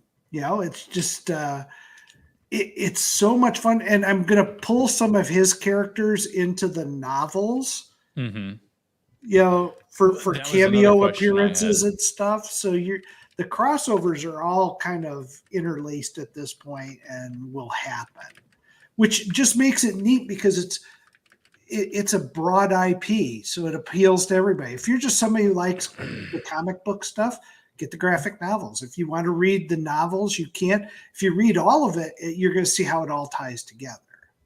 Mm-hmm. Yeah, and I think that you've done really, you almost have a collection of short stories in a lot of these, as well as a number of sort of like little narrative arcs. I think the first Splashdown is the only one where I've ever felt like there's, like, all right, I'm curious what's going to happen. Oh no, I don't want to read this character. You know what I mean? Like, oh no, I want to find out what's happening to this guy. Whereas once the series is rolling, you do such a good job of, like, once you get to know those characters and each one of them has something exciting happening, it's like you're like, oh yeah, I just read that one, but now I forgot how excited I was for this next one. Well, thank you. What I've also done too is people that had minor little stories. For example, in Tides of Redemption, the Space Force pilot that shoots down the alien ship, you see her twice in the book. She's there for a cycle story. So it's like 3 or 4 paragraphs. Well, she's a major character in the next trilogy. So, and you get to see Elon Musk 20 years from now. And some stuff that SpaceX is doing, which will be really important. And so it's kind of fun. It's a fun sandbox to play in, because it's it's in the year 2041. So, think of how much fun, there's a lot of people that are alive today that will be alive then. Absolutely. Yeah. It's going to be the head of Joe Biden in a glass jar. Futurama. Do a Futurama treatment on him. Yeah. That's freaking hilarious. Headless Kamala Harris, because, nobody wants to hear that noise anymore. Yeah, no kidding. She's got on the Hannibal Lecter mask. There you go. The sooner the better, honestly. Not wrong. But I'm having a good time. I mean, I'm like a 5-year-old kid, 8-year-old kid I own, my dad owns a candy store, and I'm just having fun playing in it. And I have my detractors out there. They hate me. They troll me. I've got a crazy stalker I had to take to court. Again. That was nuts. Oh, that whole story was insane. A month ago, we got the protective order extended because this person, he, she, they, it, whatever, is crazy. Still, and is still, considered by the judge to be a threat. So, the protective order got extended. I got crazy people out there who stalk me and crap. And I'm like, I don't care. You can say all the nasty stuff you want about me. My books sell really well every time they come out. And that's awesome. I got my own tribe now. I'm backed by a lot of other authors who support me because I support them. I just bought Herman Hunter's book, the new one he put out. Revenant in the Cult? Yeah, I bought it. I haven't read it yet because I'm caught in the middle of another book that I'm reading. But, that's on the deck. And, you got to go out and support each other in this, or you're not going to be able to drive this stuff down the pipeline. And he was very kind. He's like, I'll send you an autographed copy. I'm like, dude, you're an author. You get paid. I'll buy a copy of your book. I don't want you to send me one. I have the same mentality. I tell people all the time, I'm like, don't send me a book. Don't. Some people are really good at guilt tripping me into it. And it's been about 5 or 6 people so far they've just pressed the right level of guilt. It's like, well, dude, I'm like, fuck. And it's like, well, if I don't accept the book, I'm an asshole. And if I tell them that I'm going to buy the book and it's just going to be a while, I'm an asshole. So, well, and I'll give you a good example. Herman just sent me the book, and I was like, I actually, that's not true. He asked me to read it, and then I said, can I read the ebook early version, and I'll get you a quote. And I still need to get him a quote very soon. but even for Iron Age, I bought a copy of issue 4, and I'm in issue 4. And so I bought a copy because if I don't support Richard, and Richard goes out of business, then we all suffer. True. I'm in a spot right now. I buy everything I am financially able to buy. And there are projects out there that I still really want to buy, but it just so happens that, when payday hits, those aren't the ones that kind of get in front of me. And so, that's just kind of how I will say we understand, though. Royce, the White Claws come first. I fucking hate all of you so much. Oh, by the way, Skunk's Workshop for $10 over on the Green Mean website says, have another one sponsored by Skunk's Workshop. I fucking hate you. Skunksy! I fucking hate you Coming so in much. clutch. I hate all of you. Why did I do this? Why did I do this to myself? And I've been wondering that ever since it started. I don't know. And then last night, Carol reached out to White Claw about sponsoring the channel, and I was like, please no. Not surprised. She did. Not surprised at all. Well done, Caro. For $50, he'll hook up a bottle like an IV. No. Why, Blaine? I thought we were cool. Why do you hate me too? Why does it's not a hate thing? Blood in the water. Yeah, I'm a sadistic asshole. Ask anybody. Ask anybody. It's just like no, it's not just a you thing. It's everybody. I'm like, it's not personal. It's not personal. Oh my god. Oh good lord. Well, we've got a few chats and a few donations that have sent through the PayPal. If you guys have any questions that you want to get in, you can either send them in through the PayPal, the private donation link, or send them over on Rumble. If you guys want to get in front of everybody else, because that's kind of how you cut the line, or just type your chats down below and we'll read them. Just make sure it's like question and we know it's a question. I got one here from Andrew Campbell way early on in the show. Andrew Campbell says, that's a lot of books, which begs the question, where do you get your ideas from? The Andrew Campbell question. I don't know. It's stuff like with the Lost Legion book, I've always been intrigued with that missing Roman legion in England. And I was like, wouldn't it be cool in a military sci-fi setting?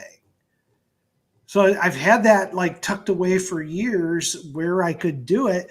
It turns out Galaxy's Edge with the Savage Wars had a perfect setting for me to do that.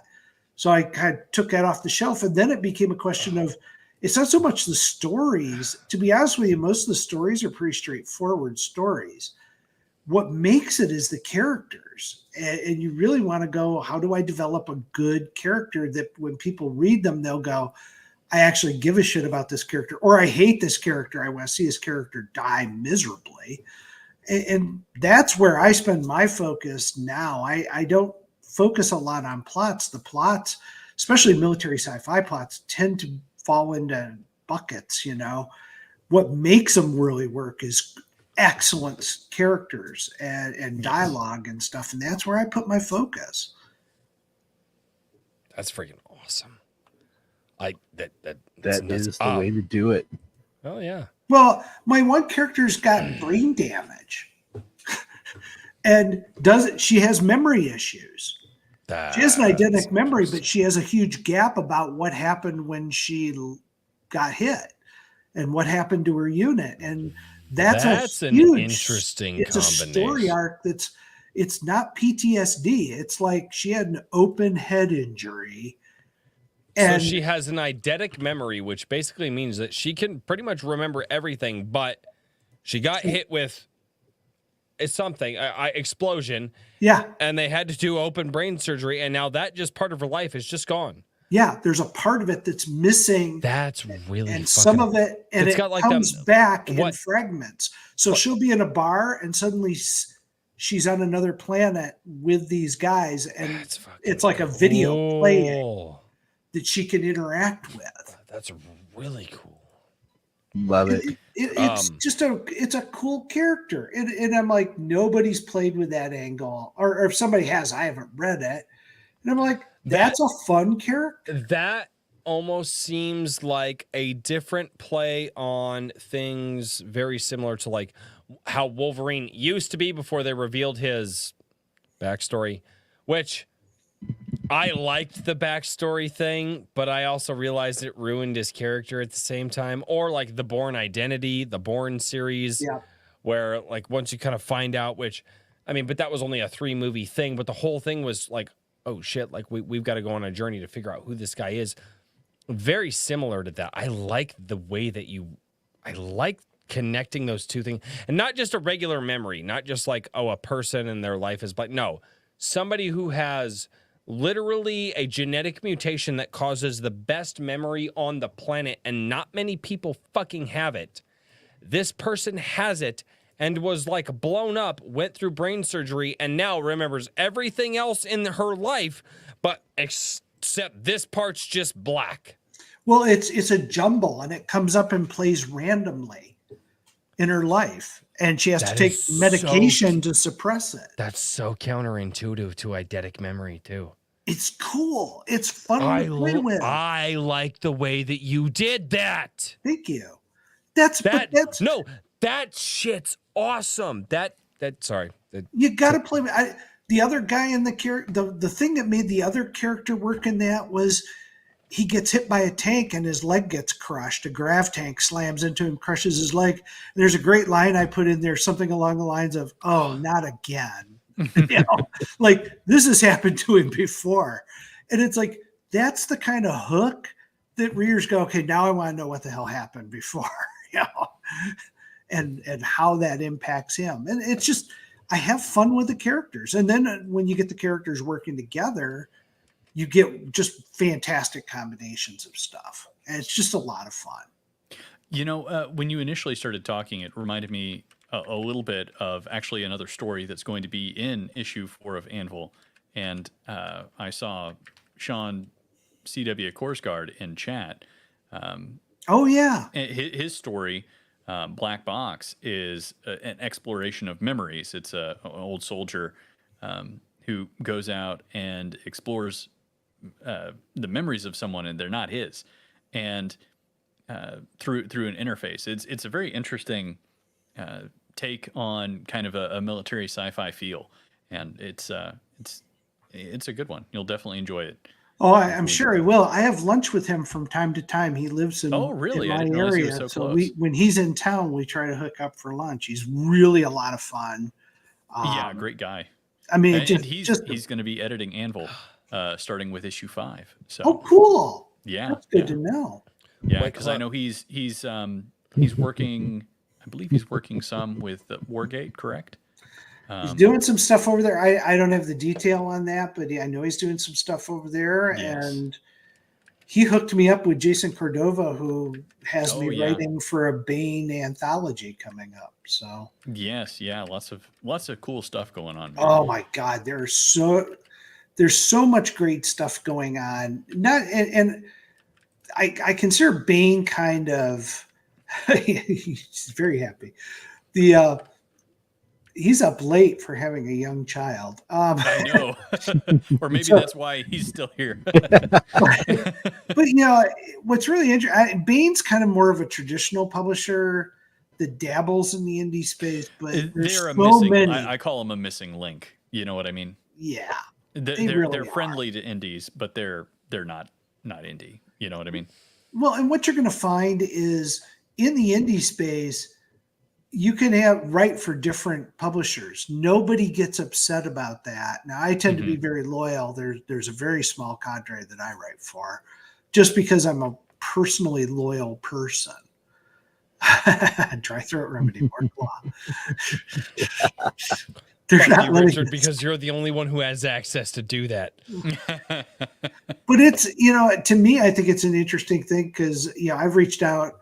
We have another Land and Sea book being done by Declan Finn. And I met him at BeastCon. I had him on my show.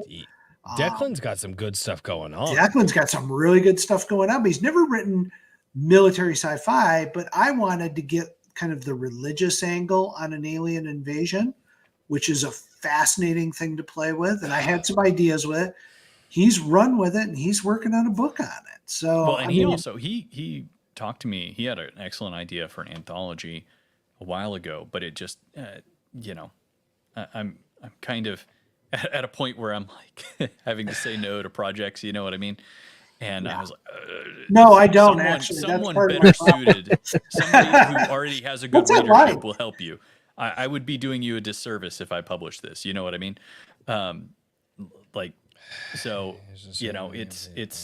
one of these things where he's very active. He does tons of stuff. Deuces. And I'm glad to see him moving in that direction as well.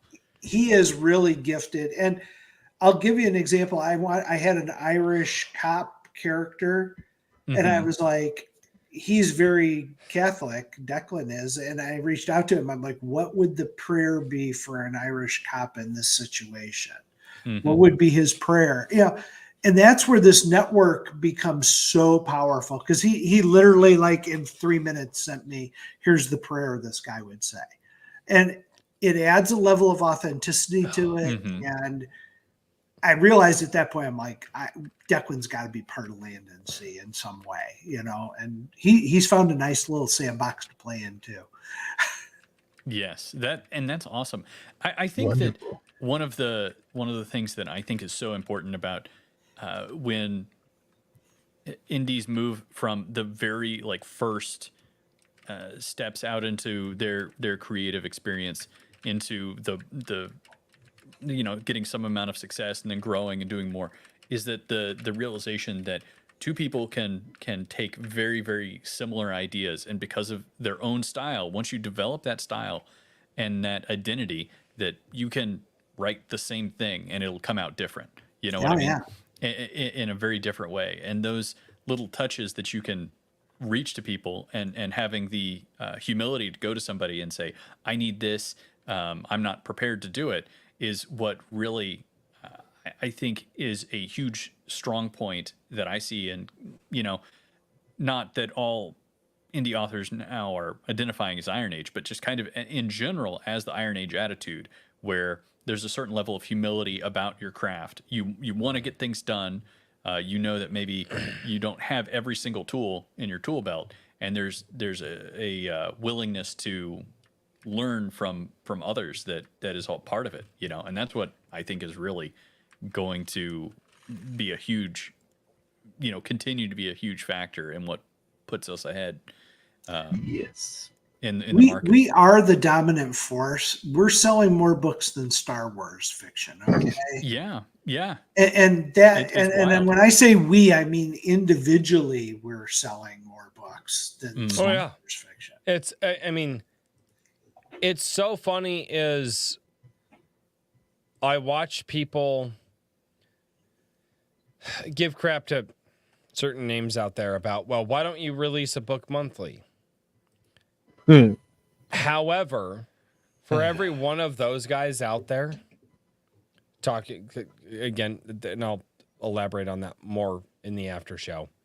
There's 10 people out there that are like, but yeah, but he releases this book then, and then he's got 6 months in between his next book, and I get to go out and look for other people and buy their books in those 6 months, and then buy his book again, and then lather, rinse, repeat, and get to go out and find new books. Like, that's what's so freaking cool. Like, even my wife is excited to buy like books. Like, that never would have been her thing. And like, we're waiting right now. I'm really, really, really hoping that my relentlessly bullied hero comes in this week. There are multiple reasons behind that, but I know because I know Hero Darky Dark just got that. But she also bought Pistol Shrimp for us. We've got G Sedai over here. Obviously, you've got the Land and Sea stuff. There, I mean, and not that doesn't even count the novels. That doesn't even count the novels that people are writing. There is so much out there to buy. And so much out there, believe it or not, that's actually good from first-time writers. Like, I think all of us collectively gasped the day, Blaine, when you reviewed The Black Crown and said that you had liked it. I think I... Really? Why Because- was not that to like? I was going to It say, was a no, really no, damn because- good this book. is a slight Here's at John, which I'm not above. Yeah. I'm not Royce above. is taking shots Shit, at John. No, because John and I were DMing each other, and he's like, dude, I didn't even know that was on his radar. And I was like, well, like, did you send it to him? He goes, no, I didn't even know he knew that it existed. So, like, there were members of, like, because again, Blaine, yeah, I don't know if you know this. You're not exactly a small fucking name in this community, right? You're kind of I one don't of the... really pay attention to that stuff, but okay. I do. Why do you think you're here? It pumps up my numbers. Anyway, moving on. But when stuff like that happens, it's noticed. And it's noticed with the creator. And like, I'm also paying attention because, you know, I've had people ask me in the past, Royce, are you going to do a book? No, that's not my job. That's not my job in this life. My job in this life is not to write books and comics. My job in this life is to be an entertaining host, to bring fantastic creators, whether they're books, comics, tabletop RPGs, video games, movies, tabletop, it doesn't matter. All of that stuff. My job is to bring those people to you. And so when I see Blaine Lee Pardoe commenting on something that he's just one of my boys. Like John A. Douglas is one of my boys. Like I invited him to the barbecue. Sadly, he can't make it. But like when I see you read that and go, yeah, this has got some merit. That means a lot. That means something more than I think you realize, because there are a lot of people out there that look at you like, holy crap, this guy has held the Holy Grail and he knows what he's talking about. He can describe the Holy Grail. And when he reads somebody else's book, that means a lot. And that was, I like, that was one of the coolest moments for me in my small world, because it's like one of the guys that I'm talking to, one of the guys that I know, gets shouted out from a guy who has a background in writing and is known by hundreds of thousands of, if not millions. I don't know how big BattleTech was or is, but to be shouted out by a guy with your pedigree, that's huge. Well, I thank you for those kind words, but I didn't do anything. He did the work.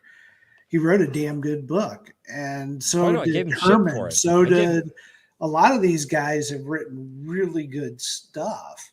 Yeah, I picked up Iron Age magazine just so that I can keep track of who's writing what, and that led me to Hanover, which I really enjoyed reading. You know, and that led me into some Larry Correa stuff, you know, which I hadn't really read a lot of. I've read some of his stuff. I really enjoy his book on the Second Amendment. But he's done some, you know, his fictional work. You know, I read the first couple Monster Hunter Internationals. I liked them. I'm not in that crazed group that he has that are fans. You know, but I certainly enjoyed the books, and I got into reading his fantasy series, and I really enjoyed that. But you know, to me, it's you got to support your brothers and sisters out there. You know, I had no problem, you know, interviewing Eric July and reading his stuff. I like his stuff. Amount of trolls in your chat that day. Oh my God. So it literally, we were not prepared for the idiocy of his haters. And then they cling on to you when they're done. They're like, oh, you like Eric. So now we hate you too. And it's like, you guys are nuts. You know what the funny thing was? So I'd seen your interview and I'd seen other people interview, and I'm friends with people at the Rippaverse now, and so Eric July comes on that, which was not actually like, we didn't reach out, like that was offered to us, like his schedule opened up. And the Rippaverse people were like, we really appreciate you guys treating us cool, and we want to. And so it was a really cool thing that happened there. And we scheduled Eric July, and we announced it like way earlier. Usually I wait until like the Wednesday before the show happens to like announce, because I don't want to announce a show and like overshadow like Comic Shop Wednesday, because there's a lot of creators out there that are getting their stuff out there. But that was one of those ones is like, okay, we're going to announce this one a little early. And I was literally like knighting motherfuckers to be like mods in my chat. Not a single troll showed up. I think somebody said one troll showed up. It was the biggest show that we'd had for Iron Age Nights. He posted like twice. I remember in the chat. Yeah, I was very surprised. Everything went great. So went off without a hitch. But we were everybody had a great time. We were the only ones. I think who really had such a smooth time of it. So I don't know what happened exactly. Which is weird, because like I know I'm on certain people's radars, and like nobody showed up that night. It was just that's a blessing, dude. It was the craziest thing. We were like, and there were people that were like, all right, I'm going to be at work, but I'm also going to be watching the stream, so that way if I need to nuke a motherfucker, I can't. And there was like one guy who posted twice and he got yeeted, and then after that, it was just... I don't even know that he got yeeted. I think he just gave up because nobody responded to it. Is that what happened? Timed out or something like that. I don't remember. It was like one timeout and done. You know. Yeah. That's right. It was pretty painless. Yeah, that's why. Yes. Who timed him out? Somebody. I'm very much of the opinion that, like, you know, I'm not even so far as saying, you know, like, I expect there to be some kind of like non-aggression principle, which I think everybody would probably do better if they just would focus on doing their best and stop hating. Yeah. I get the whole kayfabe thing. I get that it's a thing. Like, I do not get kayfabe as an attraction in general. I thought about this. Okay, you know, are you gonna do the, if you do listen, Royce, if you do the heel turn, I think a luchador mask would actually really improve the show overall. No. Just any, like, maybe No. anything that just covers your face entirely, maybe. Okay. You don't have to be that honest. All right. He's on his way out. He's getting his jabs in. No. Yeah, exactly. I thought about this because, funny enough, is I like people that absolutely would hate each other. Like, they all kind of want to, hey, Royce promotes people, right? And I kind of have a, hey, you treat me well. I don't necessarily care what you say out there, but you treat me well. You've got a good project. I'll bring you on and I'll promote you. And I was thinking about it, and I was like, there's not a chance in hell the haters didn't know Eric July was on my channel. And I started thinking about it, and I was like, what if I accidentally made myself like Switzerland? Like the indie Switzerland. Like, we don't go to Royce's channel to fight because he'll actually promote everybody. Because I don't care. I like... If you've got something cool and I think that I like it and like I can share it with my kids, I don't care about what you're BSing with somebody else. So I'm almost wondering if that, because I legitimately don't have an answer, because I had 5 moderators on my channel before that live stream. When that live stream went live, I had at least 11. And I think 9 of them were in the chat actively waiting. And it was the smoothest live stream when I was like, what? And I have been thinking about it. And the only thing that I can think of is that people looked at this channel as like the bridge that they didn't want to burn. And I don't know if that's true. Could be. But I don't know the other reason, because it doesn't make sense. Yeah, no way to really tell. No. I just know that the heel turn's going to happen when Royce accepts the White Claw sponsorship. I fucking hate That's it. going to be certainly. the end of civilization. I That's hate actually in the Bible as one of the signs of the coming apocalypse. It's the 4th seal. Yeah, the 4th seal is I the hate White all Claw of it. seal. I hate all of you so much. I hate all of you so much. I Well, I am going to say, as the increasingly inarticulate host here, I'm fading. I dropped a link to the Anvil 4 trailer. I'm going to shill it. I usually don't, but it features shill. the amazing talents of our wonderful featured guest here. So Show the trailer. That's awesome. yeah. So I'll tell you what. Actually, can I just do that? Hold on. Yes, you can. Yes, I can. Hold on. I'm very sorry. Command override. Here, I already got it. Okay, you already got it. Yeah, you're. I slow. forget that I could do that, and I didn't even have to ask for permission. So there Yeah, you go. no, you literally have that a bit. Like, wow. Yeah, and The The Emily whiskey wrote drunk wrote the over music here for this, by the reminding way. people that they can do things. Yeah, Oh, that's loud. it's good that way.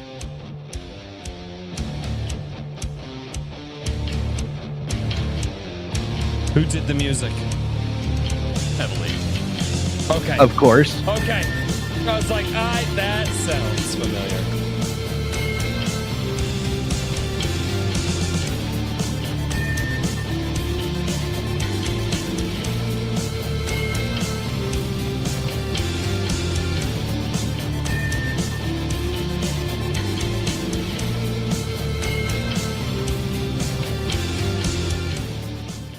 That's legit, dude. Yeah.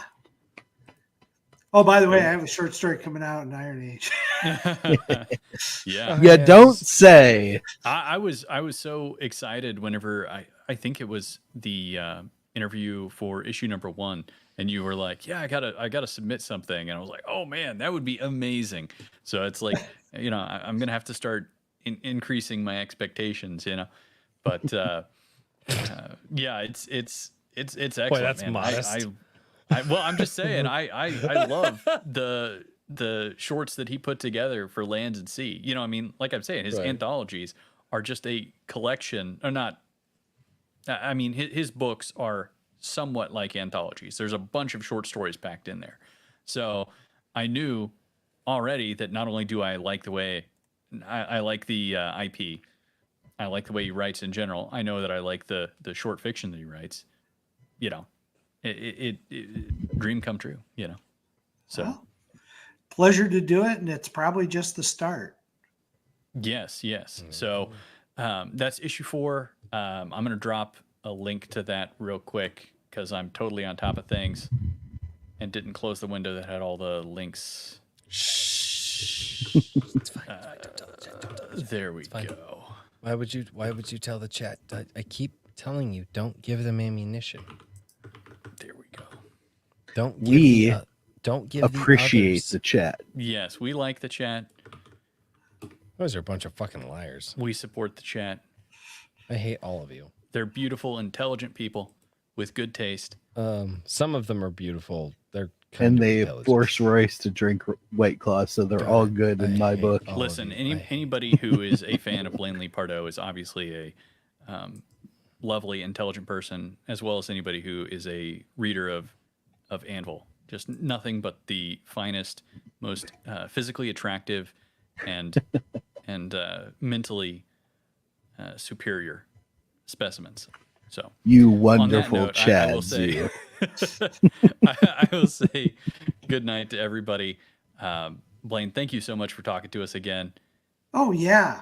And Anytime you guys need a guest, you know you can call. yeah, What I was gonna about say, a I'm going to guest jump off. host? I'll let. Careful, man. He'll take you up on it. We might be looking for guest hosts in the future. We'll Guest see. host. Anytime there's a mech property, man. No There better. you go. Actually, that I'm would be happy the to thing. do That that. would be the thing. It's like, hey, we know we got the because we usually schedule about a month to a month and a half out. So we could probably, if we defined a property we think you get down on, like I would absolutely send it to you. Oh, Yep. sounds good. Invite the Mech Master. All right. Well, good night, everybody. I'll see you guys on Sunday night. Good night, Have a Richard. good one, man. Night. Oh man. Well, so at this point, ladies and gentlemen, we've got a few chats over here. Some questions, mostly making fun of me, but we do have some straight from the direct donation link through PayPal. I will not be reading names. Unless people gave me their screen names. Some people I know their screen names, others I don't. I always recommend if you do send a message through the PayPal, please put your YouTube name up because one of these days I'll get drunk enough and I'll say a name and some people don't want their names. It says, for $5, I'm sorry about the White Claw. No man should endure those abominations. That's Redoubt Productions. I agree, Redoubt. It's terrible. It's really hard to drink these. I don't know why they're popular, but apparently they're popular. They're 100 calories. They're gluten-free. They're a wonderful torture device. They have no joy. It's a hint of blackberry. Dude, it's like they set water next to a blackberry bush on a hot summer day and mold grew into the water before the blackberry flavor took over. It's made with the tears of social justice warriors. There you go. That's actually a good I will advertisement. correct you on this. I think this was made with the tears of suburban Karens. Because I think that's who drinks the shit. Large. Those who have not had their chance to speak to the manager. I'm talking about the suburban Karens that are so large that if you throw a tennis ball near them, it orbits. There you go. Dude, my favorite meme of the year is that one where the two ladies have the exact same haircut and the same, they're probably like twins or sisters or something. And it's like inflation's gotten so bad. It takes two Karens to talk to the manager now. And I was just like, I don't like this. It's scary. Unfortunately accurate. The next Great Depression? Yeah, I'm all right with that. I'll prepare for that. The next Karen apocalypse? No, we need to start preparing right now. We're not prepared for the Karen apocalypse. The Karenocalypse. Soon to be a major motion picture. There you go. It needs to be made. Actually, dude, that would be a great parody movie. Somebody needs to make that with like $5,000 and a box of toothpicks. That would be the greatest movie on the planet. A cloning accident gone wrong. Oh God. Maji Chan for $2. Just Maji-chan. dilly, drink the claw, Royce. Maji, why would you? And thank you, Blaine, for such a great stream. Oh, well, you're welcome. I just Dude. came out and talked. I didn't do anything. Yeah, you did, dude. I'm freaking glad that you're here. Dude, I'm Me so too. freaking- Well, thanks. It's always fun to have Blaine It's a on. lot of fun to hang with you guys. You say that. It is. If it wasn't fun, I wouldn't be talking to you. Then again, my wife's not home, so I don't know what I'd be doing. He's More like, writing. he's like, yeah, I've seen that rerun of MASH like 5 times. Really wasn't a good episode when it aired. I guess I'm here with you guys. I can stop cranking out novels for 2 hours. Yeah, I've been listening to somebody read me my own books for a day or two here. God. It's so weird, isn't it? It's weird and awkward. Yes. Because I am experiencing that in real time myself. Ugh. God. I know how the characters are supposed to sound, and when you have a guy narrating female characters, no matter how good they are, my narrators are great. It's not the way I think they sound. Mm-hmm. If I got to that point, I would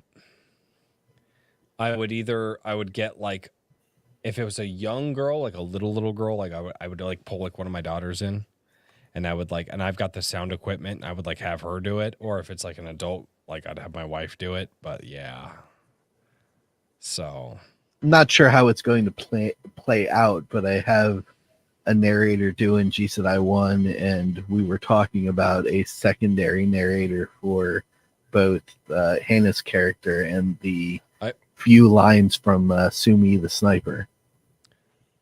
I wish my audio setup would have worked out to do that for you, because I wanted to do that so bad. But the problem is the room that I am in, I cannot soundproof enough to meet audiobook standards. Well, I mean, I could, but it would cost me like tens of thousands of dollars, and I don't have that, so I just can't. And my furnace is the room next door.